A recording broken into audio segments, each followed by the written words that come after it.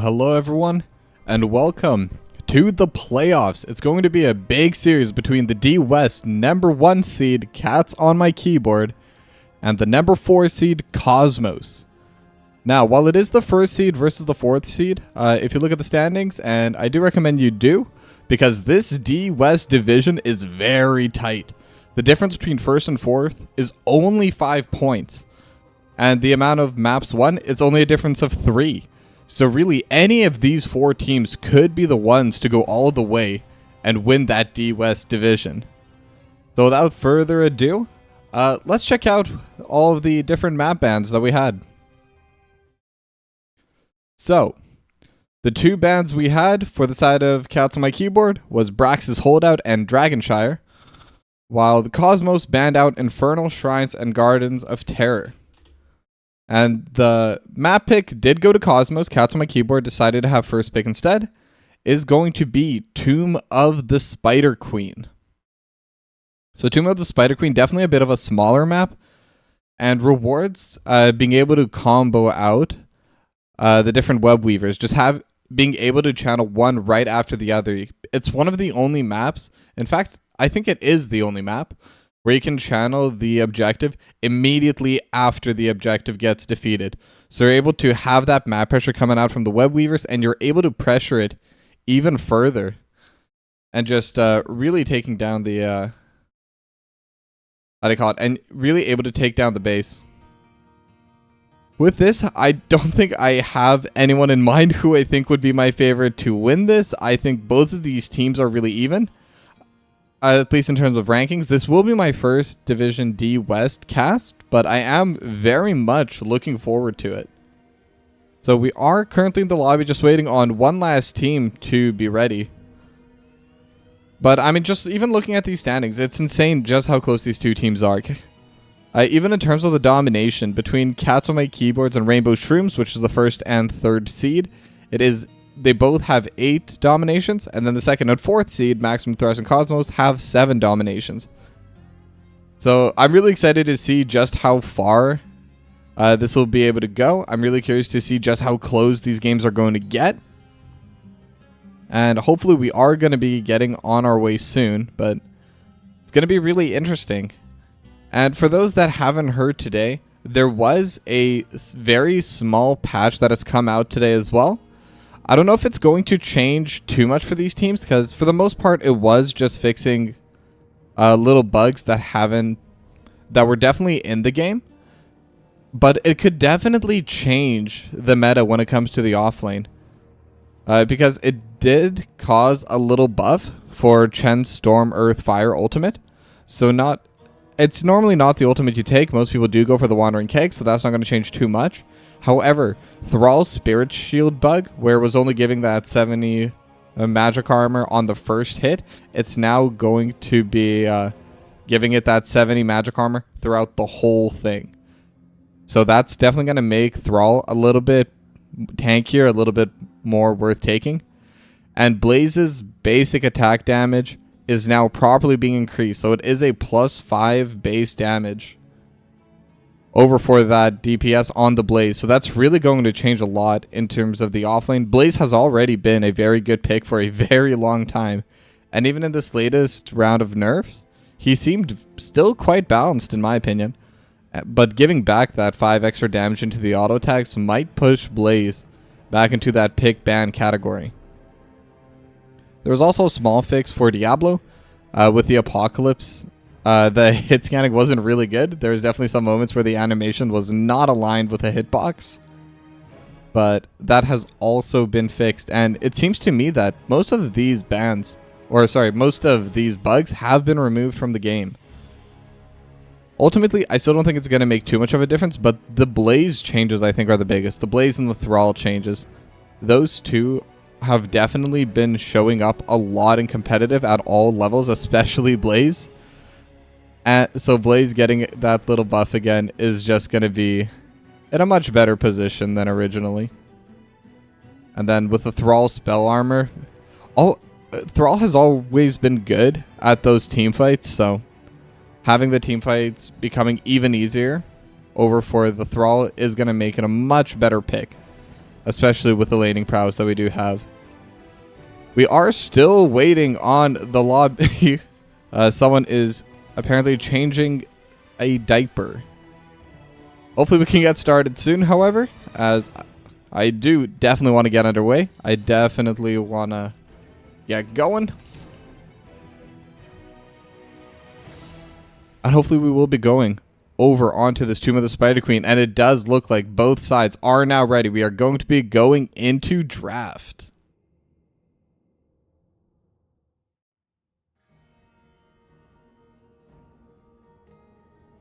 Alright, and here we go.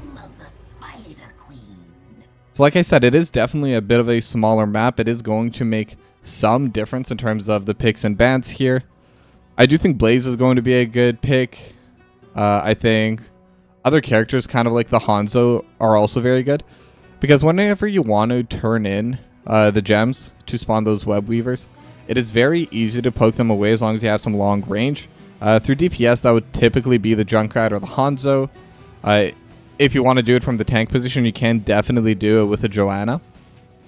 It's a bit harder with the other tanks as they do not have that range to be able to interrupt. And yeah, that's pretty much the main thing. And then whenever there is also the offlaners, it's very important to be able to win that lane. Because a lot of the time when it comes to turning in from the offlane, it is going to be who is able to get that pressure, who's able to get that lane advantage so that they can turn in those gems without interruptions. And I think stuff like Melthiel is going to be very good. And a reminder, this is a best of 5, so it is going to be a marathon, not a sprint. Both of these two teams need to get ready for the long haul. Now the first few bans are starting to come through. Cats on my keyboard will ban out the Stukov. And Cosmos is going to ban out the Mephisto, another character that is very good at interrupting the turn-ins coming for the gems. And also being able to deal just a ton of damage. Mephisto is in a very good place right now, and especially in the right hands, is able to deal so much DPS. Joanna gonna get banned out by Cats on my keyboard. Like I said earlier, just a very solid all-round tank. Has good engage, has good peel, is able to stand at the front line for a very long time. In terms of effective HP, I do think it is one of the best tanks in the entire game. And along with the blind coming out from her E, is going to be able to really lower the amount of DPS coming out from the team, as Cosmos' final ban will be that Vala. So first pick is going to be coming out from Cats on my keyboard. So a lot of very good heroes available. None of the offlaners have been touched. The healer pool is still very open, with only the Stukov getting removed, most likely due to the annoyance of playing with a lurking arm. And speaking of strong offlaners, we are going to have the Sonya first pick coming out from Cats on my keyboard. Sonya is a very good brawler, and when it comes to the late game, Sumi Koala is going to go the Leap talent, which, while most do, not everyone does go Leap. Is going to be able to bring a lot of power into these team fights, a lot of engage, follow-up, whatever you want. Leap is a very versatile tool. It's a big AoE range stun that also gets the bruiser on top of you. You could use it in pretty much any situation. It's always going to be a strong ability. Now, Silver Jackal and Ney are going to go for that Anubarak and Anduin combo. And that is going to be a potential Light Bomb combo. It is a little bit harder to do with the Anubarak, as the Bro Charge is a little bit slower compared to a lot of the other combos when it comes to the Genji X-Strike combo, when it comes to even the Muradin Dwarf Toss combo. It is slightly faster. However, Anubarak does stun with a higher area and is able to still traverse a lot of distance. Pair that with a Light Bomb, and there's going to be a huge amount of stuns. Now, Cowboy and PJ Red picking up the Blaze and the Diablo. So the Blaze off. And I just realized it is going to be that double bruiser lane. Alex Straza going to get banned out for Cosmos. But something like the Melthiel, I don't know if they do play it on the side of Cosmos, but it would definitely be a very solid pick this time around. Lots of high HP carries. Tychus is also still available. Cats on my keyboard may choose to ban one of those two out, as it is very difficult to play into that. And in fact, will not... they will get rid of the Tychus. Okay, so if they want to go for that percent HP, it will have to be that Melthiel. So we're going to have to see how that goes. But the Tychus ban is kind of expected. Like I said, Blaze, Sonya, and Diablo, all three have a lot of health, and especially Diablo, one of the highest base HP characters in the entire game. So that percent damage that would have come out from Tychus is definitely very difficult to play into. But we do have the Deathwing coming out from Atlantis Al, and Greymane played for Imbuement. And Greymane is also one of those characters that is able to deal percent damage. It is an ultimate and it can only land onto one, but that Cursed Bullet taking down 40% of the max health is really going to have a lot of value this game, just because there's really no bad frontline targets to land that Cursed Bullet onto. So I really like that pick coming out from Imbuement. Now blue team still needs to pick a healer and likely a DPS. And they are going for the hyper HP scaling with Nazebo and Brightwing. Lots of, that's going to be a lot of HP. If the Nazebo is able to stack up and get that essentially infinite mana and health scaling, it's going to be very difficult to kill the Nazebo. It's going to be very difficult to kill anyone over on the side of Cats on my keyboard. And on top of that, with the Brightwing heal on top, and also with the Blink heal, if they do go that level 20 talent, where they can also turn them invisible, it's going to be very hard to finish off any of these kills. And the final pick is going to be Tassadar from Odd Thought. So this is going to be a very interesting draft, because I don't know if Cosmos does have enough damage to take down all of these bruisers. They do have the percent HP damage from Greymane, and Greymane and Tassadar both deal a lot of base damage alongside the Deathwing, but I think there's only one way we can really find out, and that's going to be going into game number 1.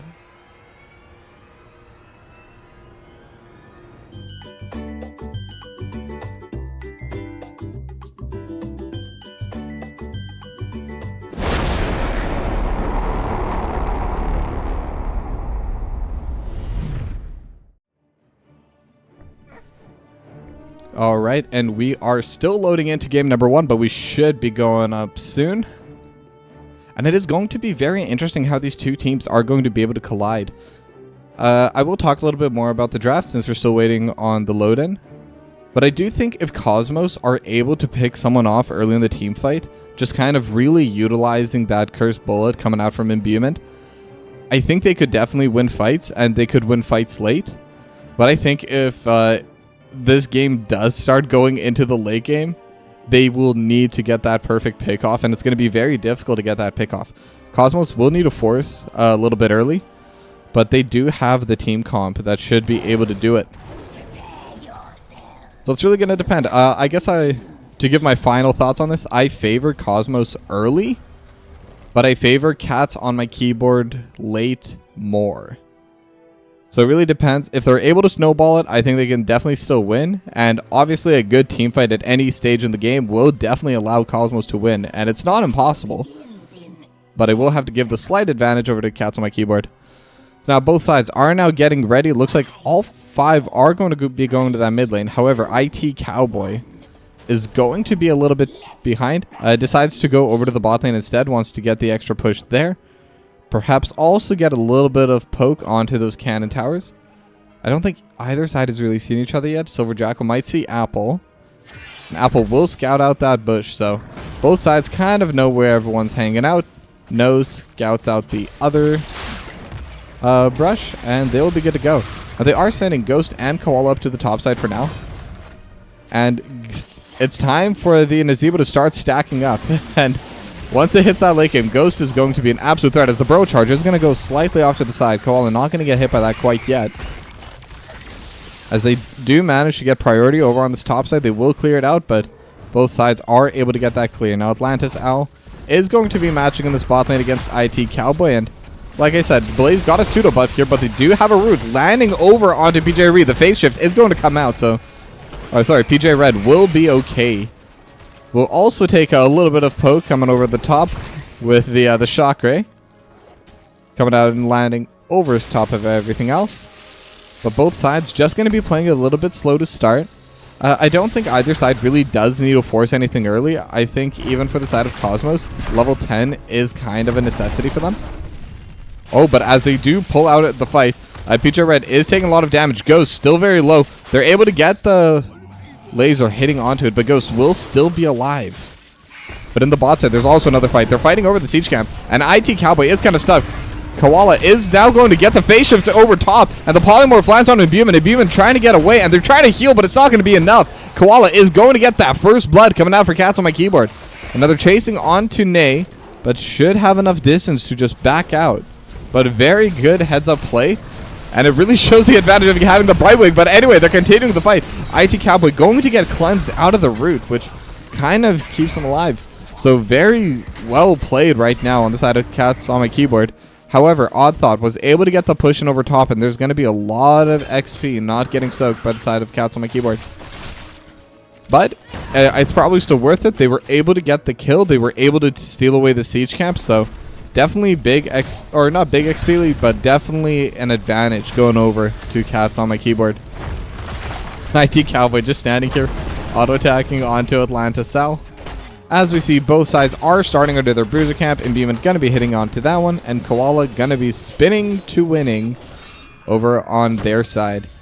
Now Silver Jackal is walking up to the top side with Odd Thought, just trying to play kind of passively defending that Tassadar.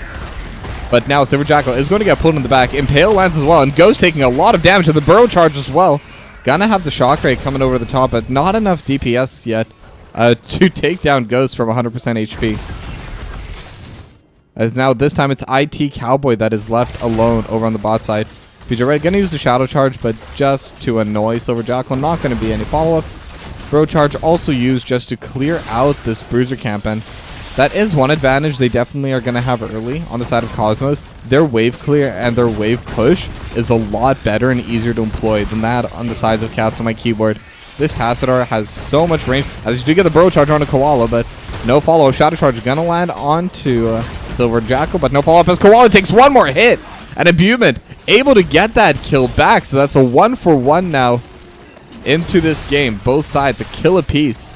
And they're able to get so much value with this bruiser camp over in the mid lane. They were able to take down almost the entire wall.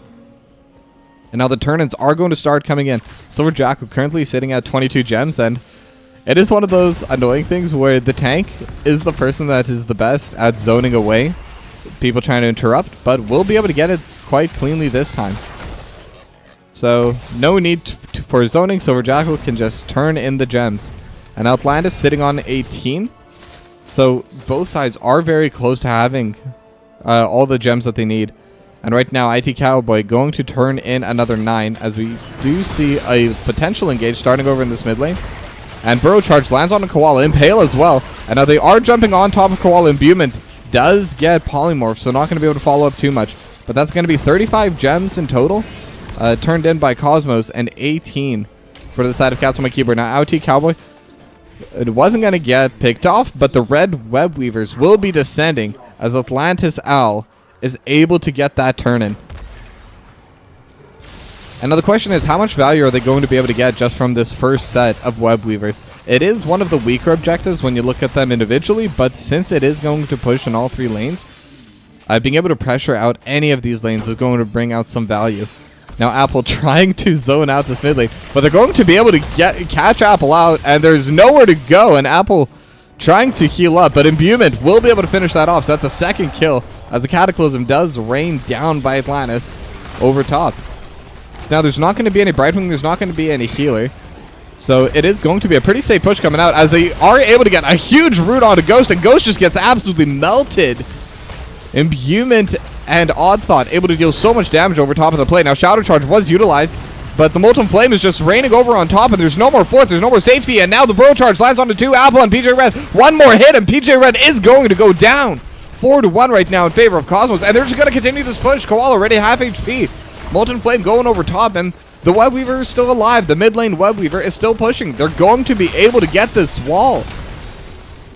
And when it comes to the value in that first set of Web Weavers, even taking down just the wall in one lane is good. Having any kind of pressure is good. Being able to take down the wall, the fort, and the wall for the keep, that was a really excellent value for Cosmos.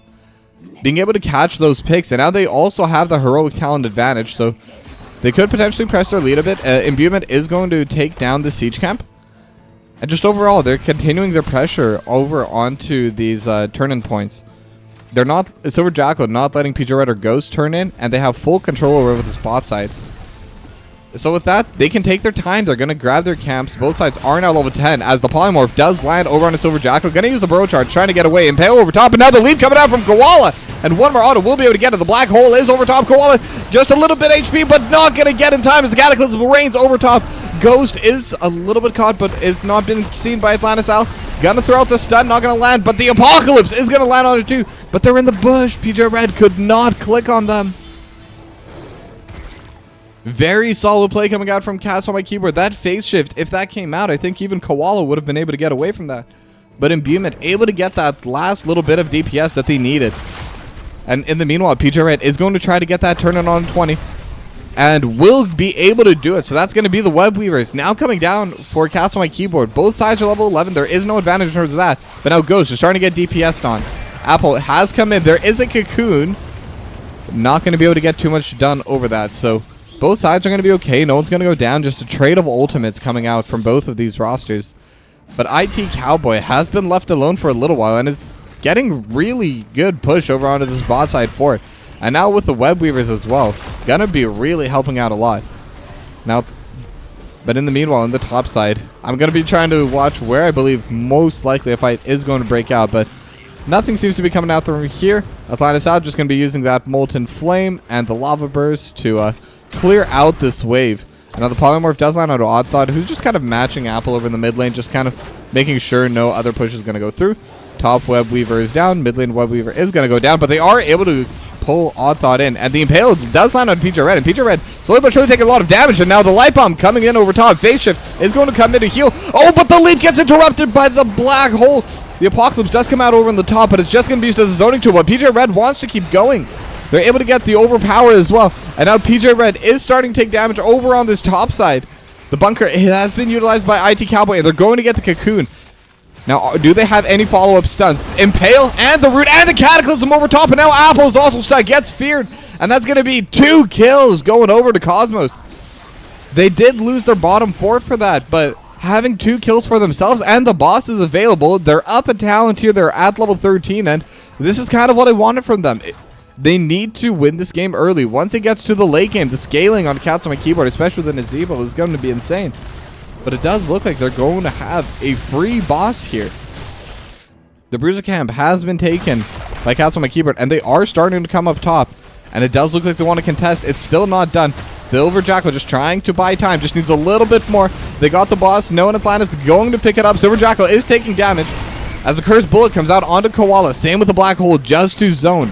They have been able to pick up this boss. And now they're going to get a lot of roots and a lot of stuns over on Anti-Cowboy. Jet Propulsion has been landed. And now they do have the stun, but the Light Bomb gets thrown into the backside, and they're able to get all 4. Neither side is going to be able to take anyone down. Molten Flame landing over on IT Cowboy, and the Root just needs a little bit more, but the Blink Heal will come out from Apple, and now Silver Jackal coming out through over to the top as well. Gonna get overpowered back into the line. We'll use the Burrow Charge to get away. And between the stuns that... I'm sorry. The boss was stolen by Cats on my keyboard.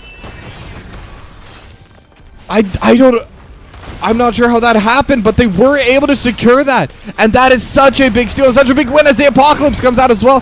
They were able to get the stun over onto Odd Thought. Just needs a little bit more damage. Goes trying to DPS. Is going to get pulled away by Apple. I didn't even realize how that happened during the fight, but they were able to get the boss. They did lose 2 for the fight, but they had the Bruiser Camp pushing in mid. They're able to get the fort in mid lane. They were able to get the fort in top lane. And the boss is just going to continue pushing in. And with that pressure, they're going to try and steal away this Bruiser Camp as well. And everything is coming up Cats on my keyboard. They were able to use that play. That was a very good catch and priority play by Cosmos. But they were able to turn into their own. Koala is kind of getting stuck. He gets hit by the black hole, but they will be able to secure this bruiser camp. And they will be able to reset. So overall, really well played by Cats on my keyboard. Now, it is important to note, Cosmos still has a very slight XP lead, and they do not have enough gems on the side of Cats on my keyboard to summon another set of web weavers. So they will have time to kind of clean up. They will have time to shove out their waves, collect their own gems, because when the waves are pushed in to you on this map, yes, you can turn in, but at the same time, if the enemy team cannot approach you, they cannot pick up their own gems that are getting naturally pushed out. So because of that, they're going to have the gem advantage, and they're going to start turning it over to the top side. Silver Jackal is already able to get the turn in, and able to get the burst charge on it too, with the stun as well. Apocalypse has been used, gonna get dodged out by both sides.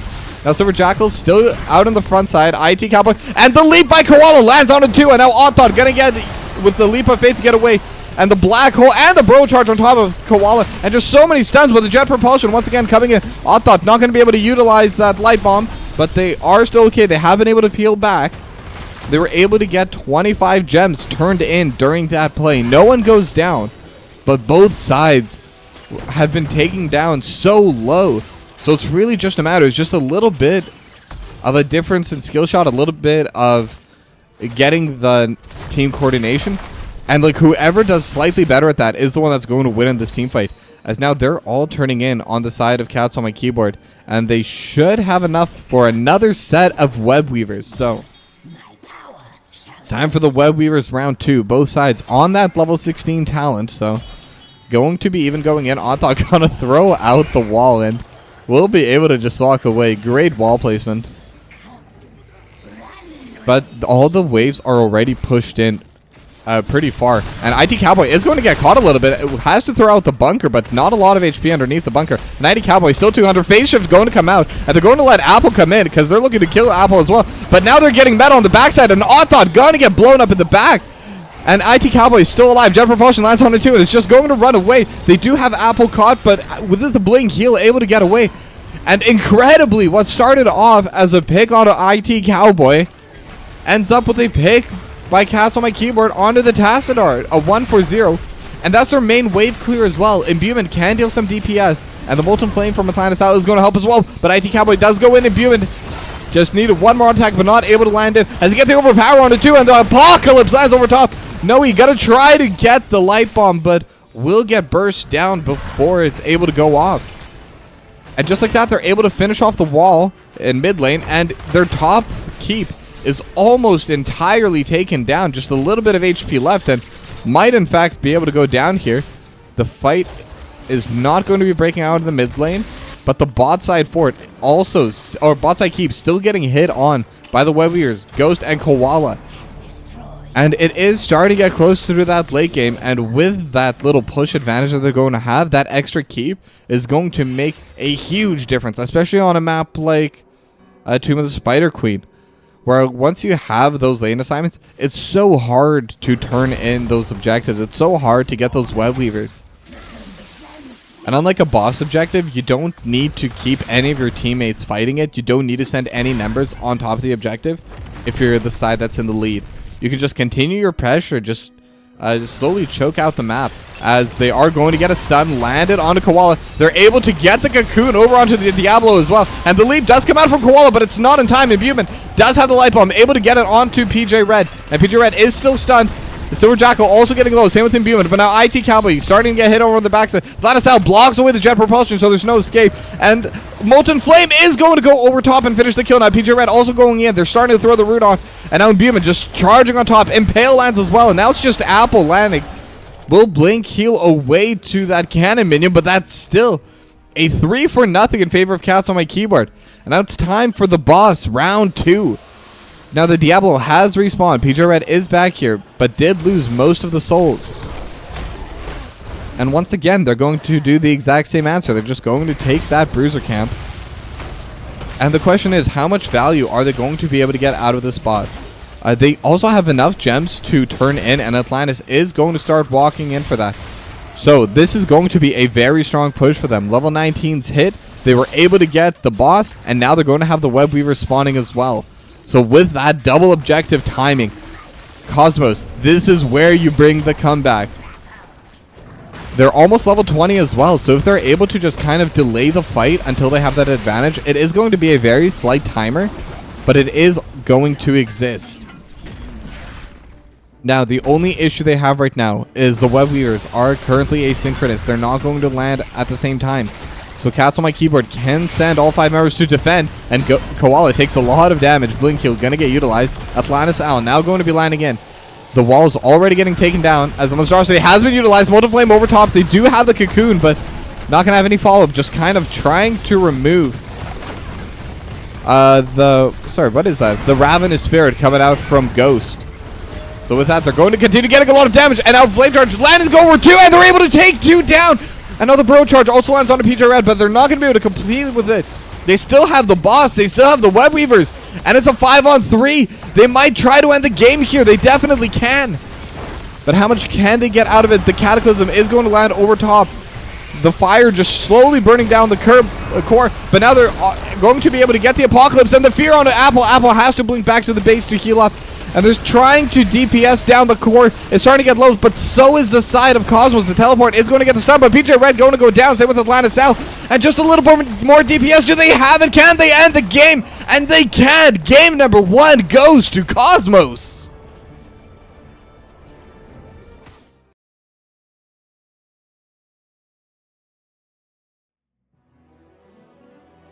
And that's where it gets really scary when you're playing on this map. When you're on Tomb of the Spider Queen, if you're able to get both the boss and the web weaver spawn at the exact same time, and they also timed that spawn very well so that the web weaver was walking with the boss, not behind, not ahead. They had to face both of those objectives at the same time by Cats on My Keyboard. And once they were able to land that combo, gotta give huge props to Silver Jackal. That 2-person burrow charge really helped open up the fight, and once it was 5v3, they were able to cleanly close out the game. Cats on My Keyboard tried very hard, and they almost did manage to defend their base. Just a little bit of HP left.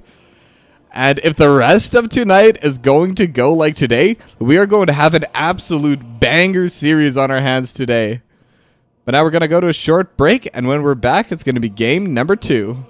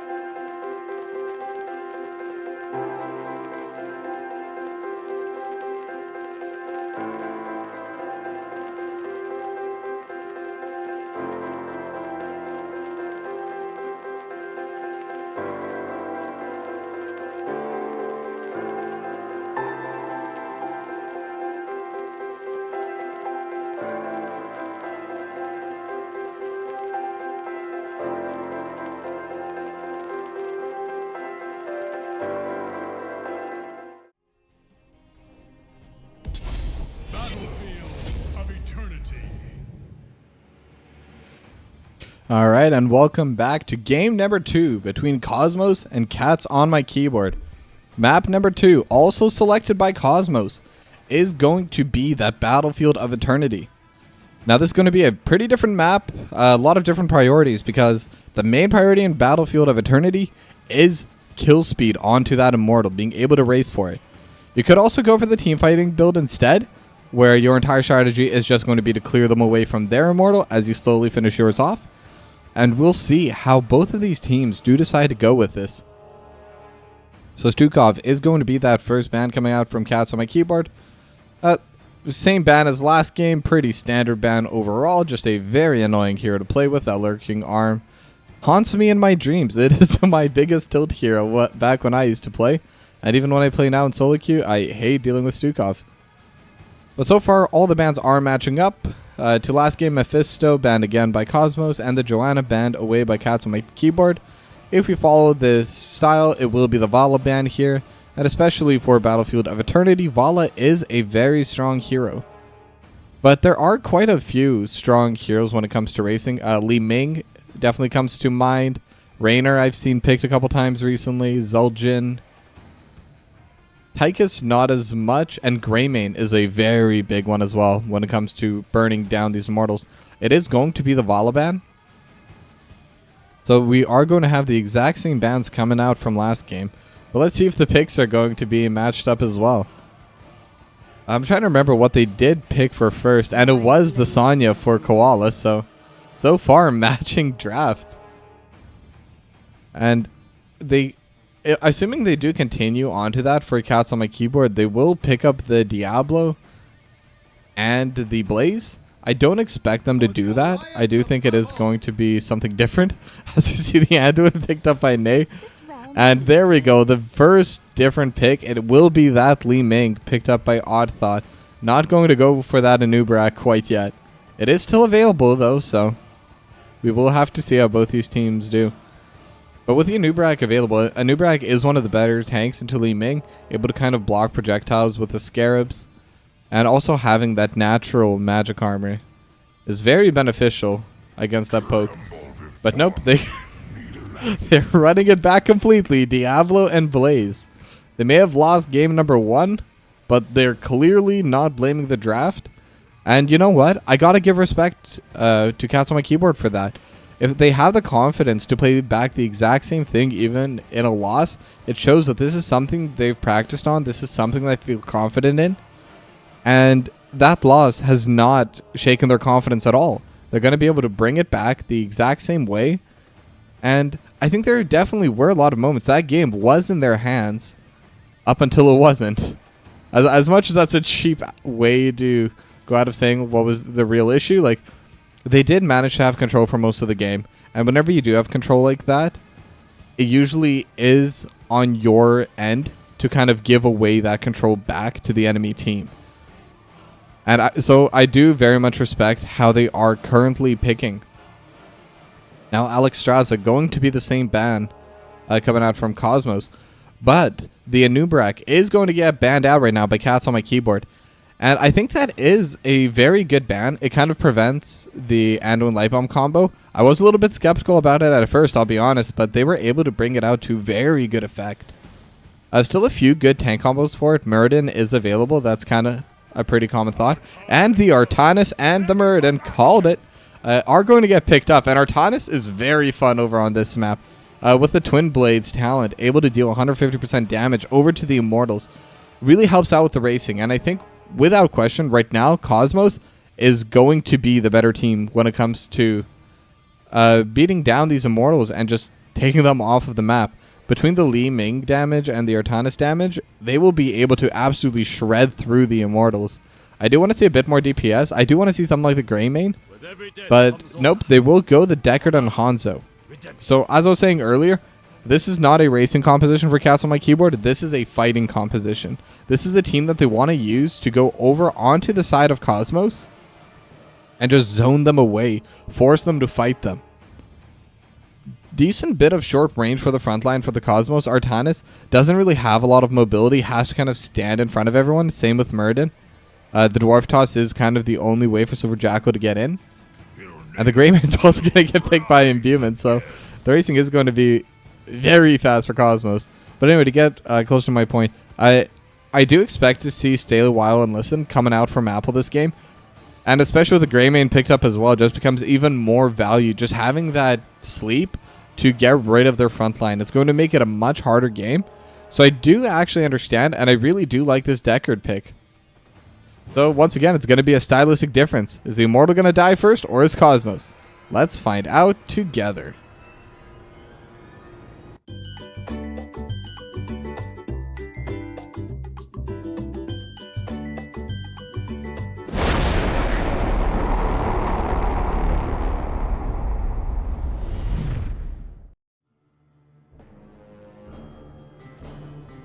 Alright, and as we load into this map number 2, Hanzo, I've been thinking about it during that little NGS Patreon thing, which you should subscribe to, by the way, if you haven't. Help support this wonderful league. But the Hanzo is going to be able to deal a lot of damage over top. When you have so much frontline, having a safe DPS in the backline adds so much value. And with the Dragon's Arrow, also will be able to start fights if they do choose to go for that talent. And I think this game, either of the two talents for Hanzo would be really good. Either help fill out the damage over top of the Leap, the Jet Propulsion, the Apocalypse, the Shadow Charge coming out from PJ Red. 10 seconds. And just like so, they already have so many stuns that adding Hanzo damage over top could absolutely blow up a team. And then vice versa, Cosmos, if they're able to prevent the fight from happening, if they're able to just send 1 or 2 people to burn down the Immortals, it's going to go down very quickly. So it's always fun to see these two different styles starting to clash, as both sides are grouping together over to the bot side. Koala and Silver Jackal going to see each other, and so much damage on a Koala, and that's the value of that Li Ming. Silver Jackal also takes the same amount of damage, but will be able to heal up with both that passive. And no, also going to be healing him over the top. Now PJ Red taking a little bit of poke damage, and the first push does go over to Cosmos, but only by a little bit. But Koala is going to walk over. Stormhammer lands on a PJ Red. Same with the Orb. Magic Missile is going to be slightly out of range, but we are going to be seeing a little bit of an annoyance. I think until level 10 comes out, where they have Leap and Apocalypse, it's going to be impossible for them to get on top of Odd Thought, unless Odd Thought miss positions. Now we do have a little bit of trading over the top, and I am curious, it is going to be the amateur opponent. So the Twin Blade bonus damage over to the against the neutrals and the Immortal. So Atlantis Al trying to fight back and forth. IT Cowboy is able to trade back, and they are going to get the fight win. Now the bot side siege camp has been started. It is a 4-on-3 over on the bot side of the map, as Koala is trying to sneak away the top side. Now Silver Jackal just kind of trying to help zone, and they're buying so much time. Oh, and the Orb lands on a Ghost. Gonna take so much damage. They're going to be able to clean up this siege camp, but it does look like it's going to get answered over on the top side. Koala should be able to solo with no problem, but now Atlantis Sal has to be a little bit worried. Is sitting on low HP. Will know Koala's here in 1 second, as the siege camp does get finished off. Not gonna get the face swap over on an IT Cowboy, but not a big deal to look for it either. So now Silver Jackal is just kind of frontlining for them, trying to take away a little bit of the damage that would have otherwise landed over onto the minions, as they do go with Noah and Imbuement to take down the Bruiser camp. Now IT Cowboy getting a lot of value for this siege camp. Atlantis trying to clear it out, but with the very strong auto attacks coming out from the Blaze, as we do see a fight breaking out on the bot side, but Ghost looks like was jumped on top of, but will be okay. Silver Jackal just going to Dwarf Toss to get out. Now IT Cowboy and Atlantis Al continue to trade back, and there's no more cannon towers, so Atlantis Al will not be able to pull them in, and we do get a pause just before the Immortal spawn. Now let's take a quick look over onto the map. I'll be checking in that chat every now and then to see if they're going to be starting soon or not, but realistically they can't hear me anyway. If they want to start, I'm good to go whenever. But the Bruiser camp has been finished by the side of Cosmos. Koala should be able to finish this off on their own. It will be a little bit difficult. It is quite tanky, so Koala will be able to finish it off when it comes down to HP. But in terms of time, it'll take a while. It is a very tanky camp. But it doesn't seem like there's any rush. There's still 30 seconds for the Immortals. And they have push in both of these lanes. And just look how much damage IT Cowboy was able to get over onto this wall. The gate is very low. The cannon tower's gone. The other one's still quite healthy, but two of your little three main structures for the wall being gone this early is really, really good. They also had the siege camp push on the bot side for Cosmos, but while they were able to get half damage done onto one of these cannon towers, it wasn't enough. It's always so quiet when there's the pause. So let's see if we can add a little bit of background music while we wait. Back into these lo-fi beats. Now hopefully this isn't going to be too long of a pause, but you never know with this kind of stuff. Sometimes it goes on for a while, sometimes it gets dealt with pretty quickly, and it does look like it was a player requesting pause, so maybe something to do with the player, maybe something to do with... What I always like to say is they have to go, like, take the trash out or something. Someone in their family asked them to go do something. So they'll be back soon as they take out the trash. So I guess we can take this time to kind of look over onto the towns that were picked. It does look like it's going to be the Seismic Slam build coming out from Koala, which does make a little bit more sense since it is a 4-core Sonya rather than that offlane Sonya. It doesn't need to care as much about being able to fight one-on-one. Though this build is also decent for that, it does give Koala a lot more wave clear.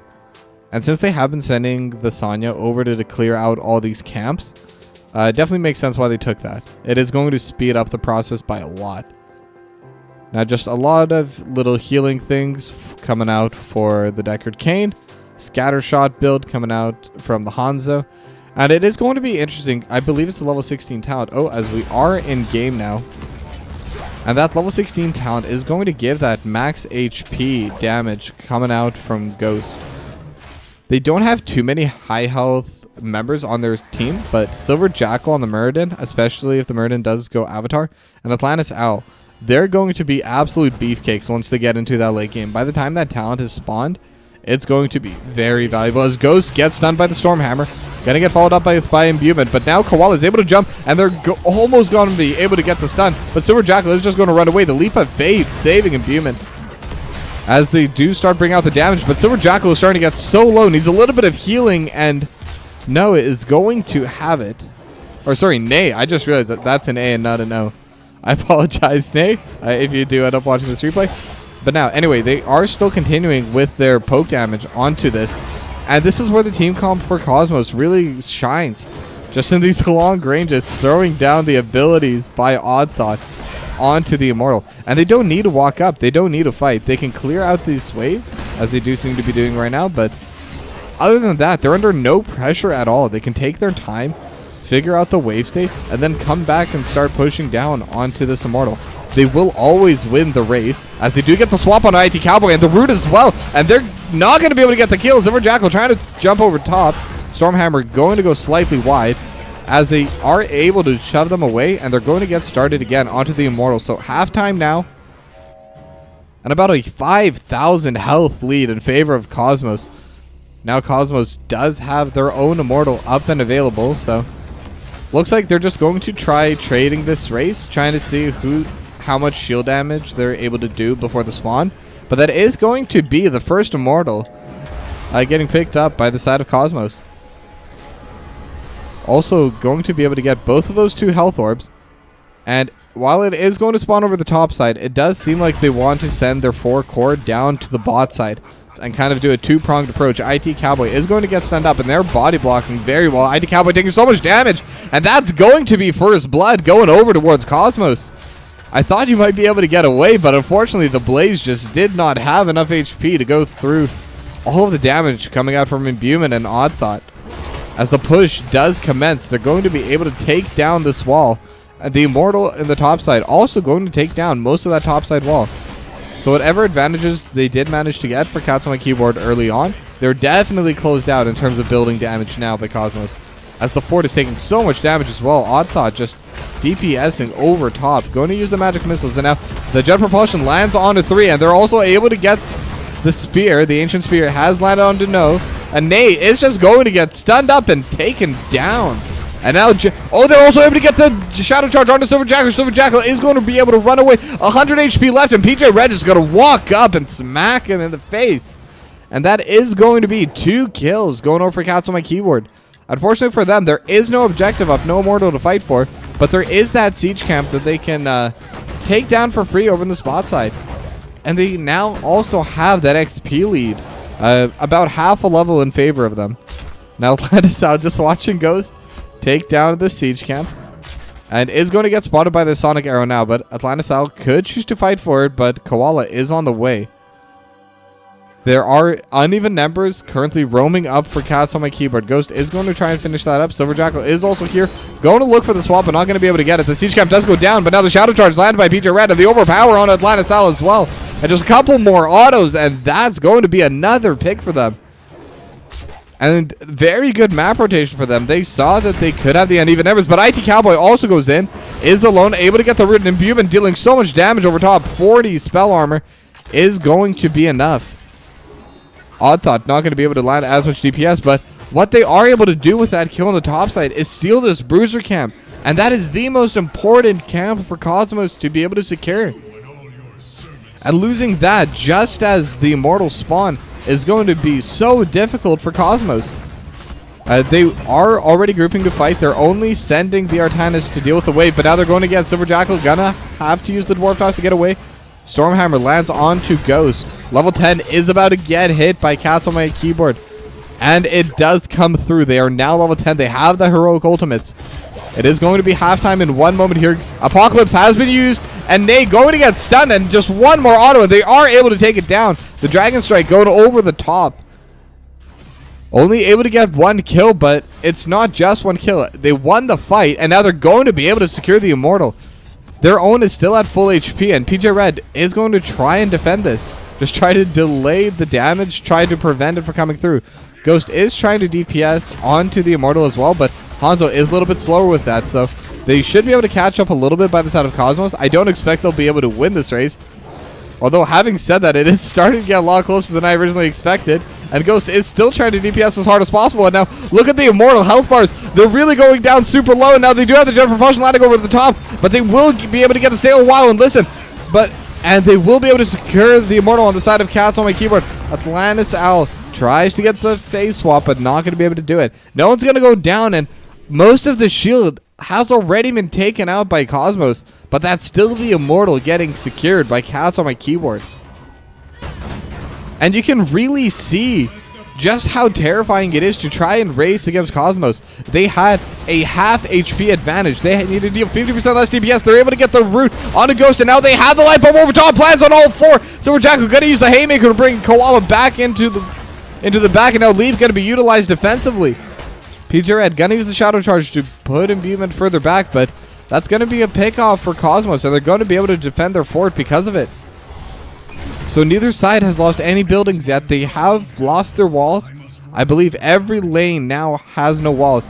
But now they're going to have the Apocalypse landed over Atlantis Owl. Atlantis Owl is starting to get low. Koala with the Ancient Spear just trying to do the Seismic Slams over top. And they will be able to get that pick-off and will take themselves this fort. But in the meanwhile, we do see the Bruiser Camp is being stolen by Cats on my keyboard. And they should be able to match this fort as well, so it is going to be a top lane advantage coming out for Cats on my keyboard and a bot side advantage for Cosmos. But the main difference right now is they were able to steal that Bruiser Camp, and while theirs was stolen before, it is not currently adding any pressure. That pressure was dealt with by Atlantis Owl. And now the Siege Camp over on that top side is going to get taken down, so a little bit of a trade of Siege Camps across both sides. And Atlantis Owl, once again, is already there, is going to be able to push this away. Now the Bruiser Camp still has 50 seconds until the spawn. So we're really going to see what both of these two teams do elect to do. Level 13 should be coming out from both of these sides soon. Cats on my keyboard going to have it earlier. Maybe in time to contest on the Bruiser Camp if they do want to do that. Or we see Odd Thought with the Disintegrate. But it is very likely that Cosmos is going to be able to get that level 13 talent if they're able to secure this Bruiser Camp in time for the Immortal spawn. They don't have any waves to push out. As the Bruce Camp still 20 seconds away. Cats on my keyboard do look like they want to contest this. 19 Cowboy running in, dismounting 2 on the back. And now Nate is going to get stunned, but over top, they have a light bomb coming through. And Ray is going to get taken down. PJ Red going to be the first one to go through. Still no level 13 though. Stay a while and listen. Lands on a 2, but Silver Jackal is going to get woken up immediately. And now Atlantis Al is still trying to fight. They were able to get a 1 for nothing. And that's going to be a small advantage over to Cosmos. The Jet Propulsion lands by the IT Cowboy Bunker. Forced out as well. And now we do have the Purifier Beam coming out over the top. PJ Red has respawned again. Purifying Beam still dealing so much damage to IT Cowboy. Disintegrate utilized over onto this Immortal. And so much damage dealt. And everyone is so low on the side of Cosmos.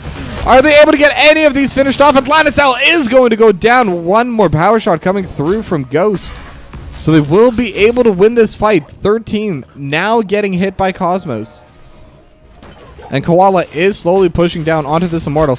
And now IT Cowboy gets haymakered into the back and just goes down immediately.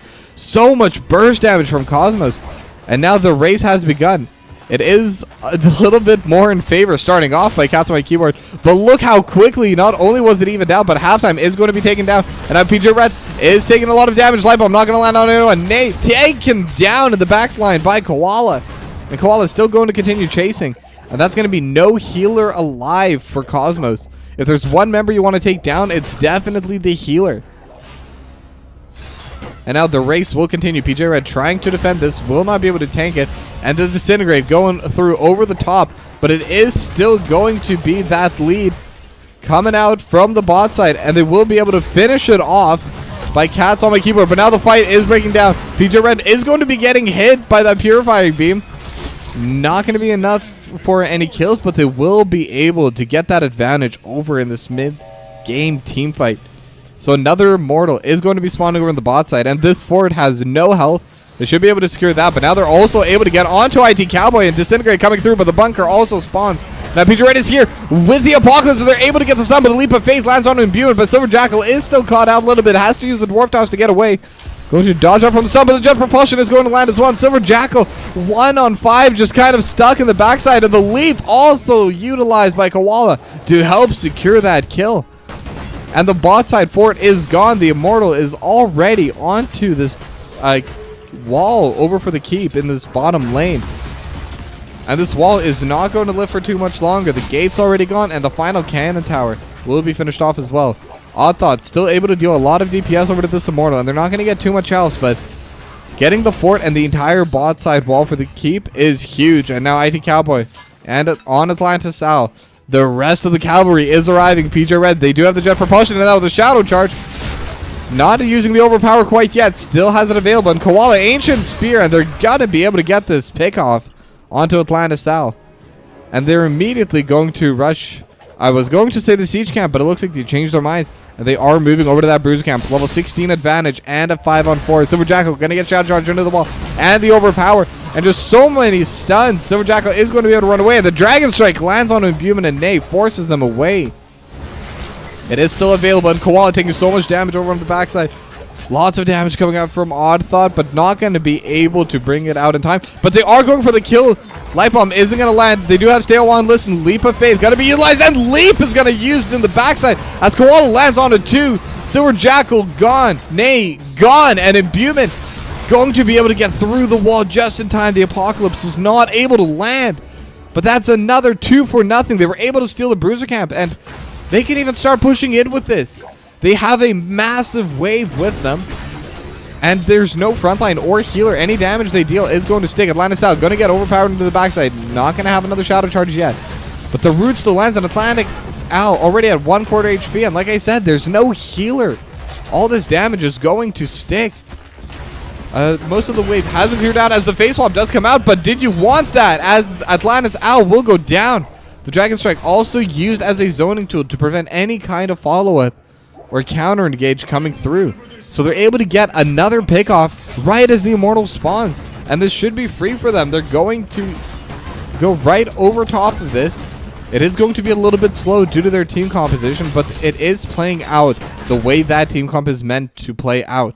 They are continuing to fight. They are non-stop fighting. They know that in a proper brawl, they will always win out if they play their cards right. They should have the advantage in that case.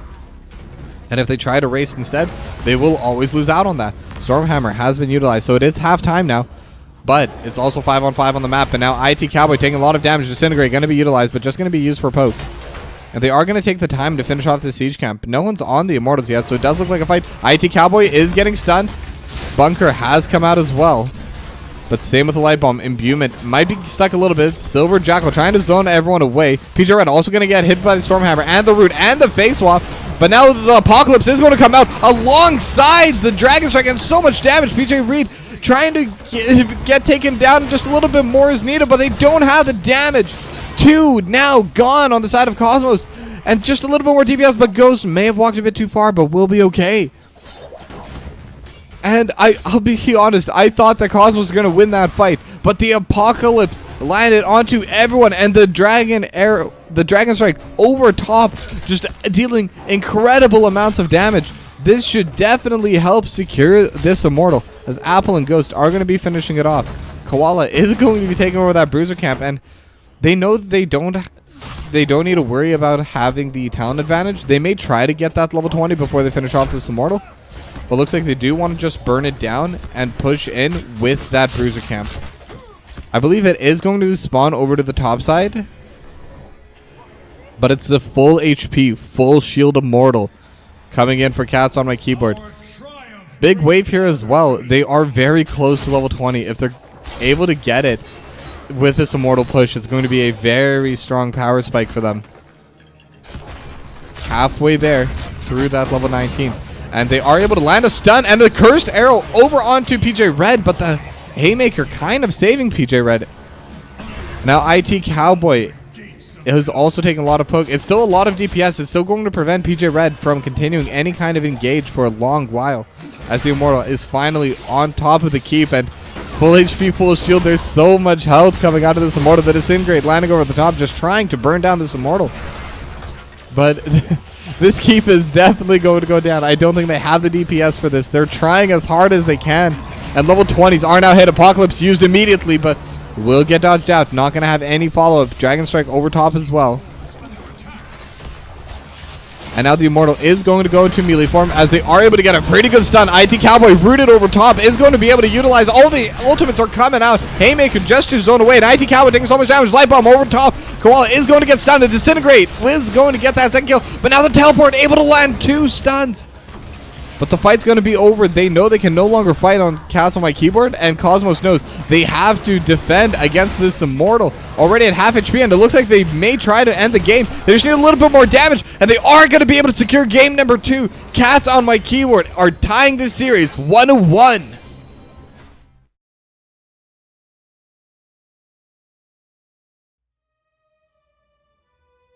And that's what you love to see. Cats on my keyboard, they got their level 20 power spike, and they were able to utilize it in such a good way. They even delayed the taking of the Immortals so that they could have the Bruiser camp pushing in with them. They got their waves, and they were able to get all the soak they needed. So the once they got over to that keep, they had the level 20 talent advantage, they had the fight advantage, and Cosmos still fought super well. But because they were forced into a fight with the talent tier down, the Immortal was able to just dish out so much damage to their core. The Cats on my keyboard were able to just throw bodies at it to help finish off that game. So it is now tied 1-1. Remember, it is a best of 5, so we're guaranteed at least 2 more games tonight. And we'll be back with game number 3 in just a little break. I'll see you all soon.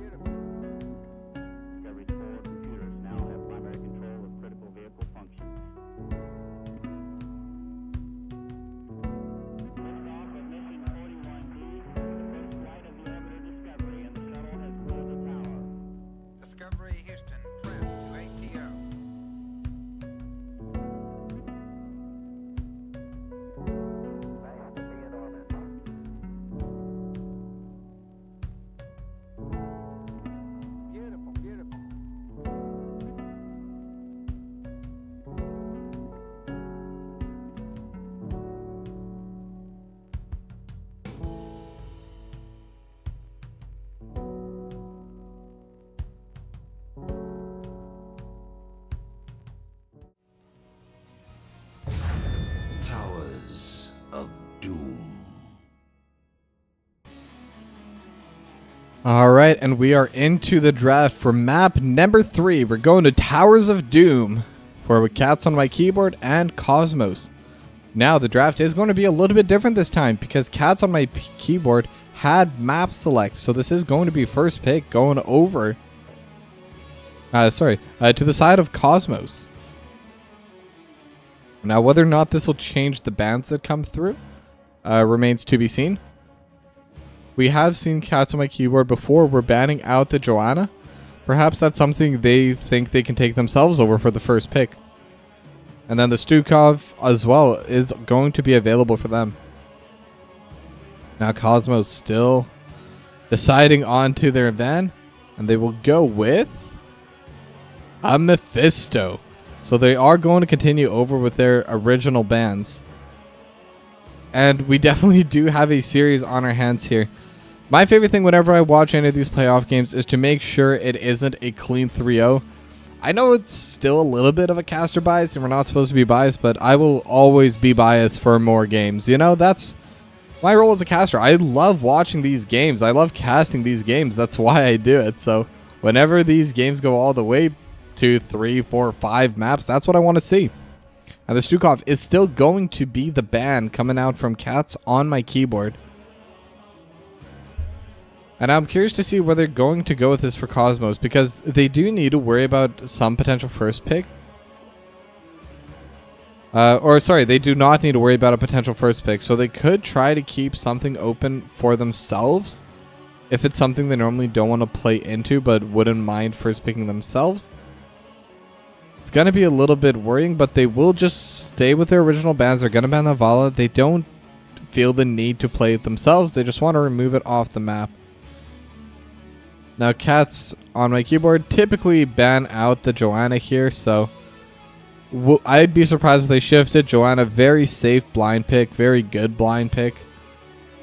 One of the best first picks in the entire game, if I do say so myself. It doesn't have any real true counters, so I would expect to see the Joanna ban repeated here. And there it is. Joanna will be removed from the pool of heroes. Now, first pick is now available. It is that Towers of Doom map, so double soaking is very important on this map. So we will see if any of the offlaners do shift, because the previous 2 maps were a bit smaller. They were more fighting maps. So something like Artanis was a good pick there. I don't think it would do quite as well, but they're going to go a little bit spicy. And 3 games in a row, we have Sonya first pick, but this time it's going to be first pick by Cosmos.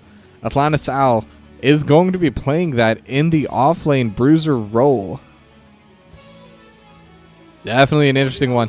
And now the drafts are starting to get reversed. We do have the Anduin. Can we get the Anubarak pick as well? So I'm trying to remember what they did end up picking last time on Cosmos. Ah, yes, it was the Lee Mink. So they are going to be swapping out the drafts. Now, in comes the Diablo, in comes the Blaze. I don't think Cosmos will do that. Cosmos has been playing pretty standard so far with the 2 DPS single bruiser. So while it would be funny if they followed it, yeah, they're just going to pick what is good for them, what they've been good at. And that's going to be the Anubarak for Silver Jackal. And Brightwing for Nay. I believe Brightwing was picked in game 1 by Cats on My Keyboard. So it is going to be swapping sides a little bit. And as for the sides of Cats on My Keyboard, Koala on Li Ming. This is going to change quite a bit in terms of their team composition. They have done the triple frontline and the first 2 games, but Koala was typically part of that triple frontline on the Sonya. So I do expect to see them kind of go a bit more standard here as well. It's just going to be most likely that standard double frontline, with PJ Red being the main tank and IT Cowboy picking a bruiser off into the side lane. I don't know who matches well with Sonya. I believe Melthiel is good in the 1v1 and should also be the winner in terms of lane push. Because like I said, in Towers of Doom, having that bot lane priority is so important. You typically don't want to send more than one person to deal with the other 2 lanes, especially since they're so far away from each other. It's not a wide map, but it is a very, very tall map. They're going to ban the Hogger, so preventing one of arguably the best double soakers in the game. Dahaka is still available to fulfill the niche. I don't know if IT Cowboy does play that. We have seen IT Cowboy on the Blaze pretty much every single game. Well, no, literally every single game. And PJ Red over on that Diablo. Both are available if they do want that. And they will go with the Diablo Dahaka. So I was going to say Blaze is very difficult to play on this map. Blaze is very strong in the one-on-one. Very strong at pushing in a lane. Not very good at pushing in 2 lanes. Whereas Dahaka on IT Cowboy is going to be able to group with the team whenever, just due to that burrow. And PJ Red on the Diablo, already showing us 2 games in a row with fantastic apocalypses. And very interesting DPS picks, Zagara and Zul'jin. And I think this is a good map for Zul'jin. Towers of Doom is one of those maps where no matter how far, unless you're like really far ahead, you're going to hit level 20 talents on both teams. This is one of those late game oriented maps. Now, losing early game still definitely isn't optimal. Losing that bot lane fort early is a recipe for disaster. But with Zagara Zul'jin, they're not that weak early. They're going to be able to fight. But it's going to be hard for them to reach that backline. Hanzo and Li Ming, so difficult to land on with any of their DPSs. It will have to come down to Atlantis and Silver Jackal setting up Odd Thought and Imbuement for any of those kills. Devouring Maw could get picked up by Odd Thought, but it's going to be quite difficult. I think this is the first time I can say, though, I think I do favor the Cats on my keyboard draft, but we'll see who's able to bring it out in game number 3.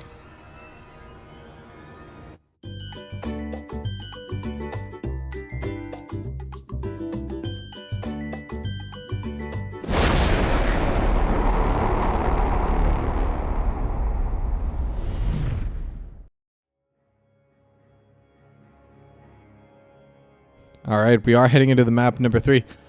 But my whole reasoning why I think I do favor the draft on Cats on my keyboard, and just to make it clear, I favor the draft. That does not mean I think they're going to win this game. That doesn't mean I necessarily want them to win this game.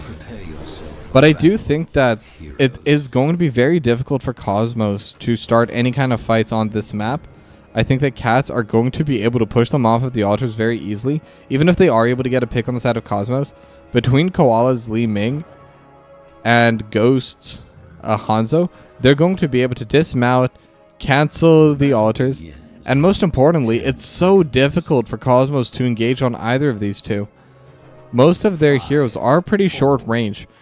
It is going to come down to the leap coming out from Atlantis Owl, and I think this game, it has to come out. Like, leap has to be the talent selection for the level 10. It's going to be so hard if they go with the Wrath instead.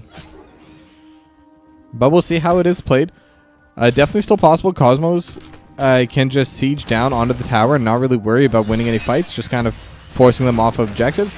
But it is a little bit harder to pull off. So the ease of execution is kind of where I'm making this distinction.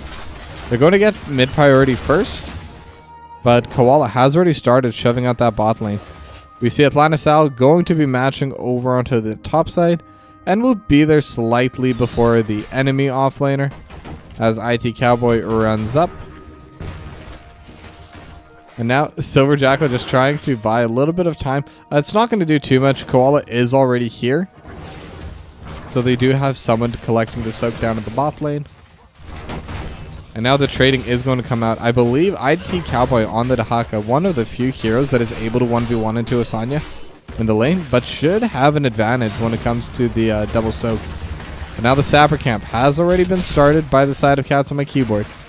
Gonna get started a little bit later by Cosmos, but they did get the push first, and they're also going to be able to take theirs down pretty safely. Unless Cats on my keyboard decide to invade now, and PJ Red immediately starts running over. They're able to get the Burrow charge over on top. Odd Thought is going to secure the Sapper camp as well. IT Cowboy also roaming down, but not going to be any play down here for Cats on my keyboard. Both sides just going to secure their sappers and just going to be able to roam down. And if they're able to get any of these sappers to charge in, it would be big. But right now, both sides are pushing in pretty evenly, so I do expect it's going to be even. But they are able to get the Burrow charge over on a Ghost. No follow-up, though. Just a little bit of the Whirling Axes, as I do believe they're called. Twin Cleave, not even close. The Twin Cleave is able to land over top. And these two sappers are still alive, but very low HP. One more left, but they are able to get the burrow charge on it too. Impale as well. Ghost taking a lot of damage. Same with Apple. And they weren't able to get any of the sapper explosions, as there was a solo kill in the mid lane. Atlantis Al able to win in that 1v1, and it's so big being able to get those solo kills here, because now PJ Red has to leave the lane to match this shove, to match this soak. And the lane is already shoving into them in the top side. And okay, I guess I'm just missing every kill this game, but another kill over the bot lane coming over to the Cosmos. And now Ghost is also going to get zoned away from this wave and may also get jumped on. A couple autos. Burrow charge is going to be used, but just going to jump over the wall as Nay collects this mid lane. Now all three altars are now spawning. It's going to be 2 in the top side and 1 in the bot side. And Imbuement is going to get hit into the wall. Overpower over top. Koala now running and trying to cancel it, but Odd Thought already managed to get the channel. And now PJ Red is going to sidestep the Impale, so no kill's going to go over there, but that is still 8 damage coming out from Cosmos. And that's going to be a very slight, but definitely an advantage coming through. And now they're able to get the stun onto Koala. Has to use the teleport away. And now PJ Red taking so much damage. And Imbuement getting so many auto attacks off. I will say they have been doing pretty well on the side of Cats on my keyboard. They're not letting Imbuement stack that passive. Not letting him get that you want axe. But Imbuement's still able to just walk in and get the occasional auto attack. And with the Twin Cleave, is going to be able to get a substantial amount of poke and DPS out anyway. Atlantis out does have that push in the mid lane. IT Cowboy has a pretty big push over in the top lane. And now the siege camps have spawned for both of these teams. Level 7 talents have also been selected. And now PJ Red still just kind of zoning out for now. Silver Jackal just kind of sitting in this wave as well. As Imbuement and Nate going to secure the camp. And both sides are just going to be able to take their sapper camp. No one's really going to be looking for any kind of fight. But now we'll see if anyone's able to get the push out. Silver Jackal is going to get shadow charged into the wall. Impale lands on a Ghost. Just a little bit of poke coming down from both of these two teams. Nothing really substantial. And one part I'm noticing that I haven't really talked about in this draft as well is that is the Nubarak pick into the Li Ming. And Silver Jackal has shown that they can play the Nubarak well.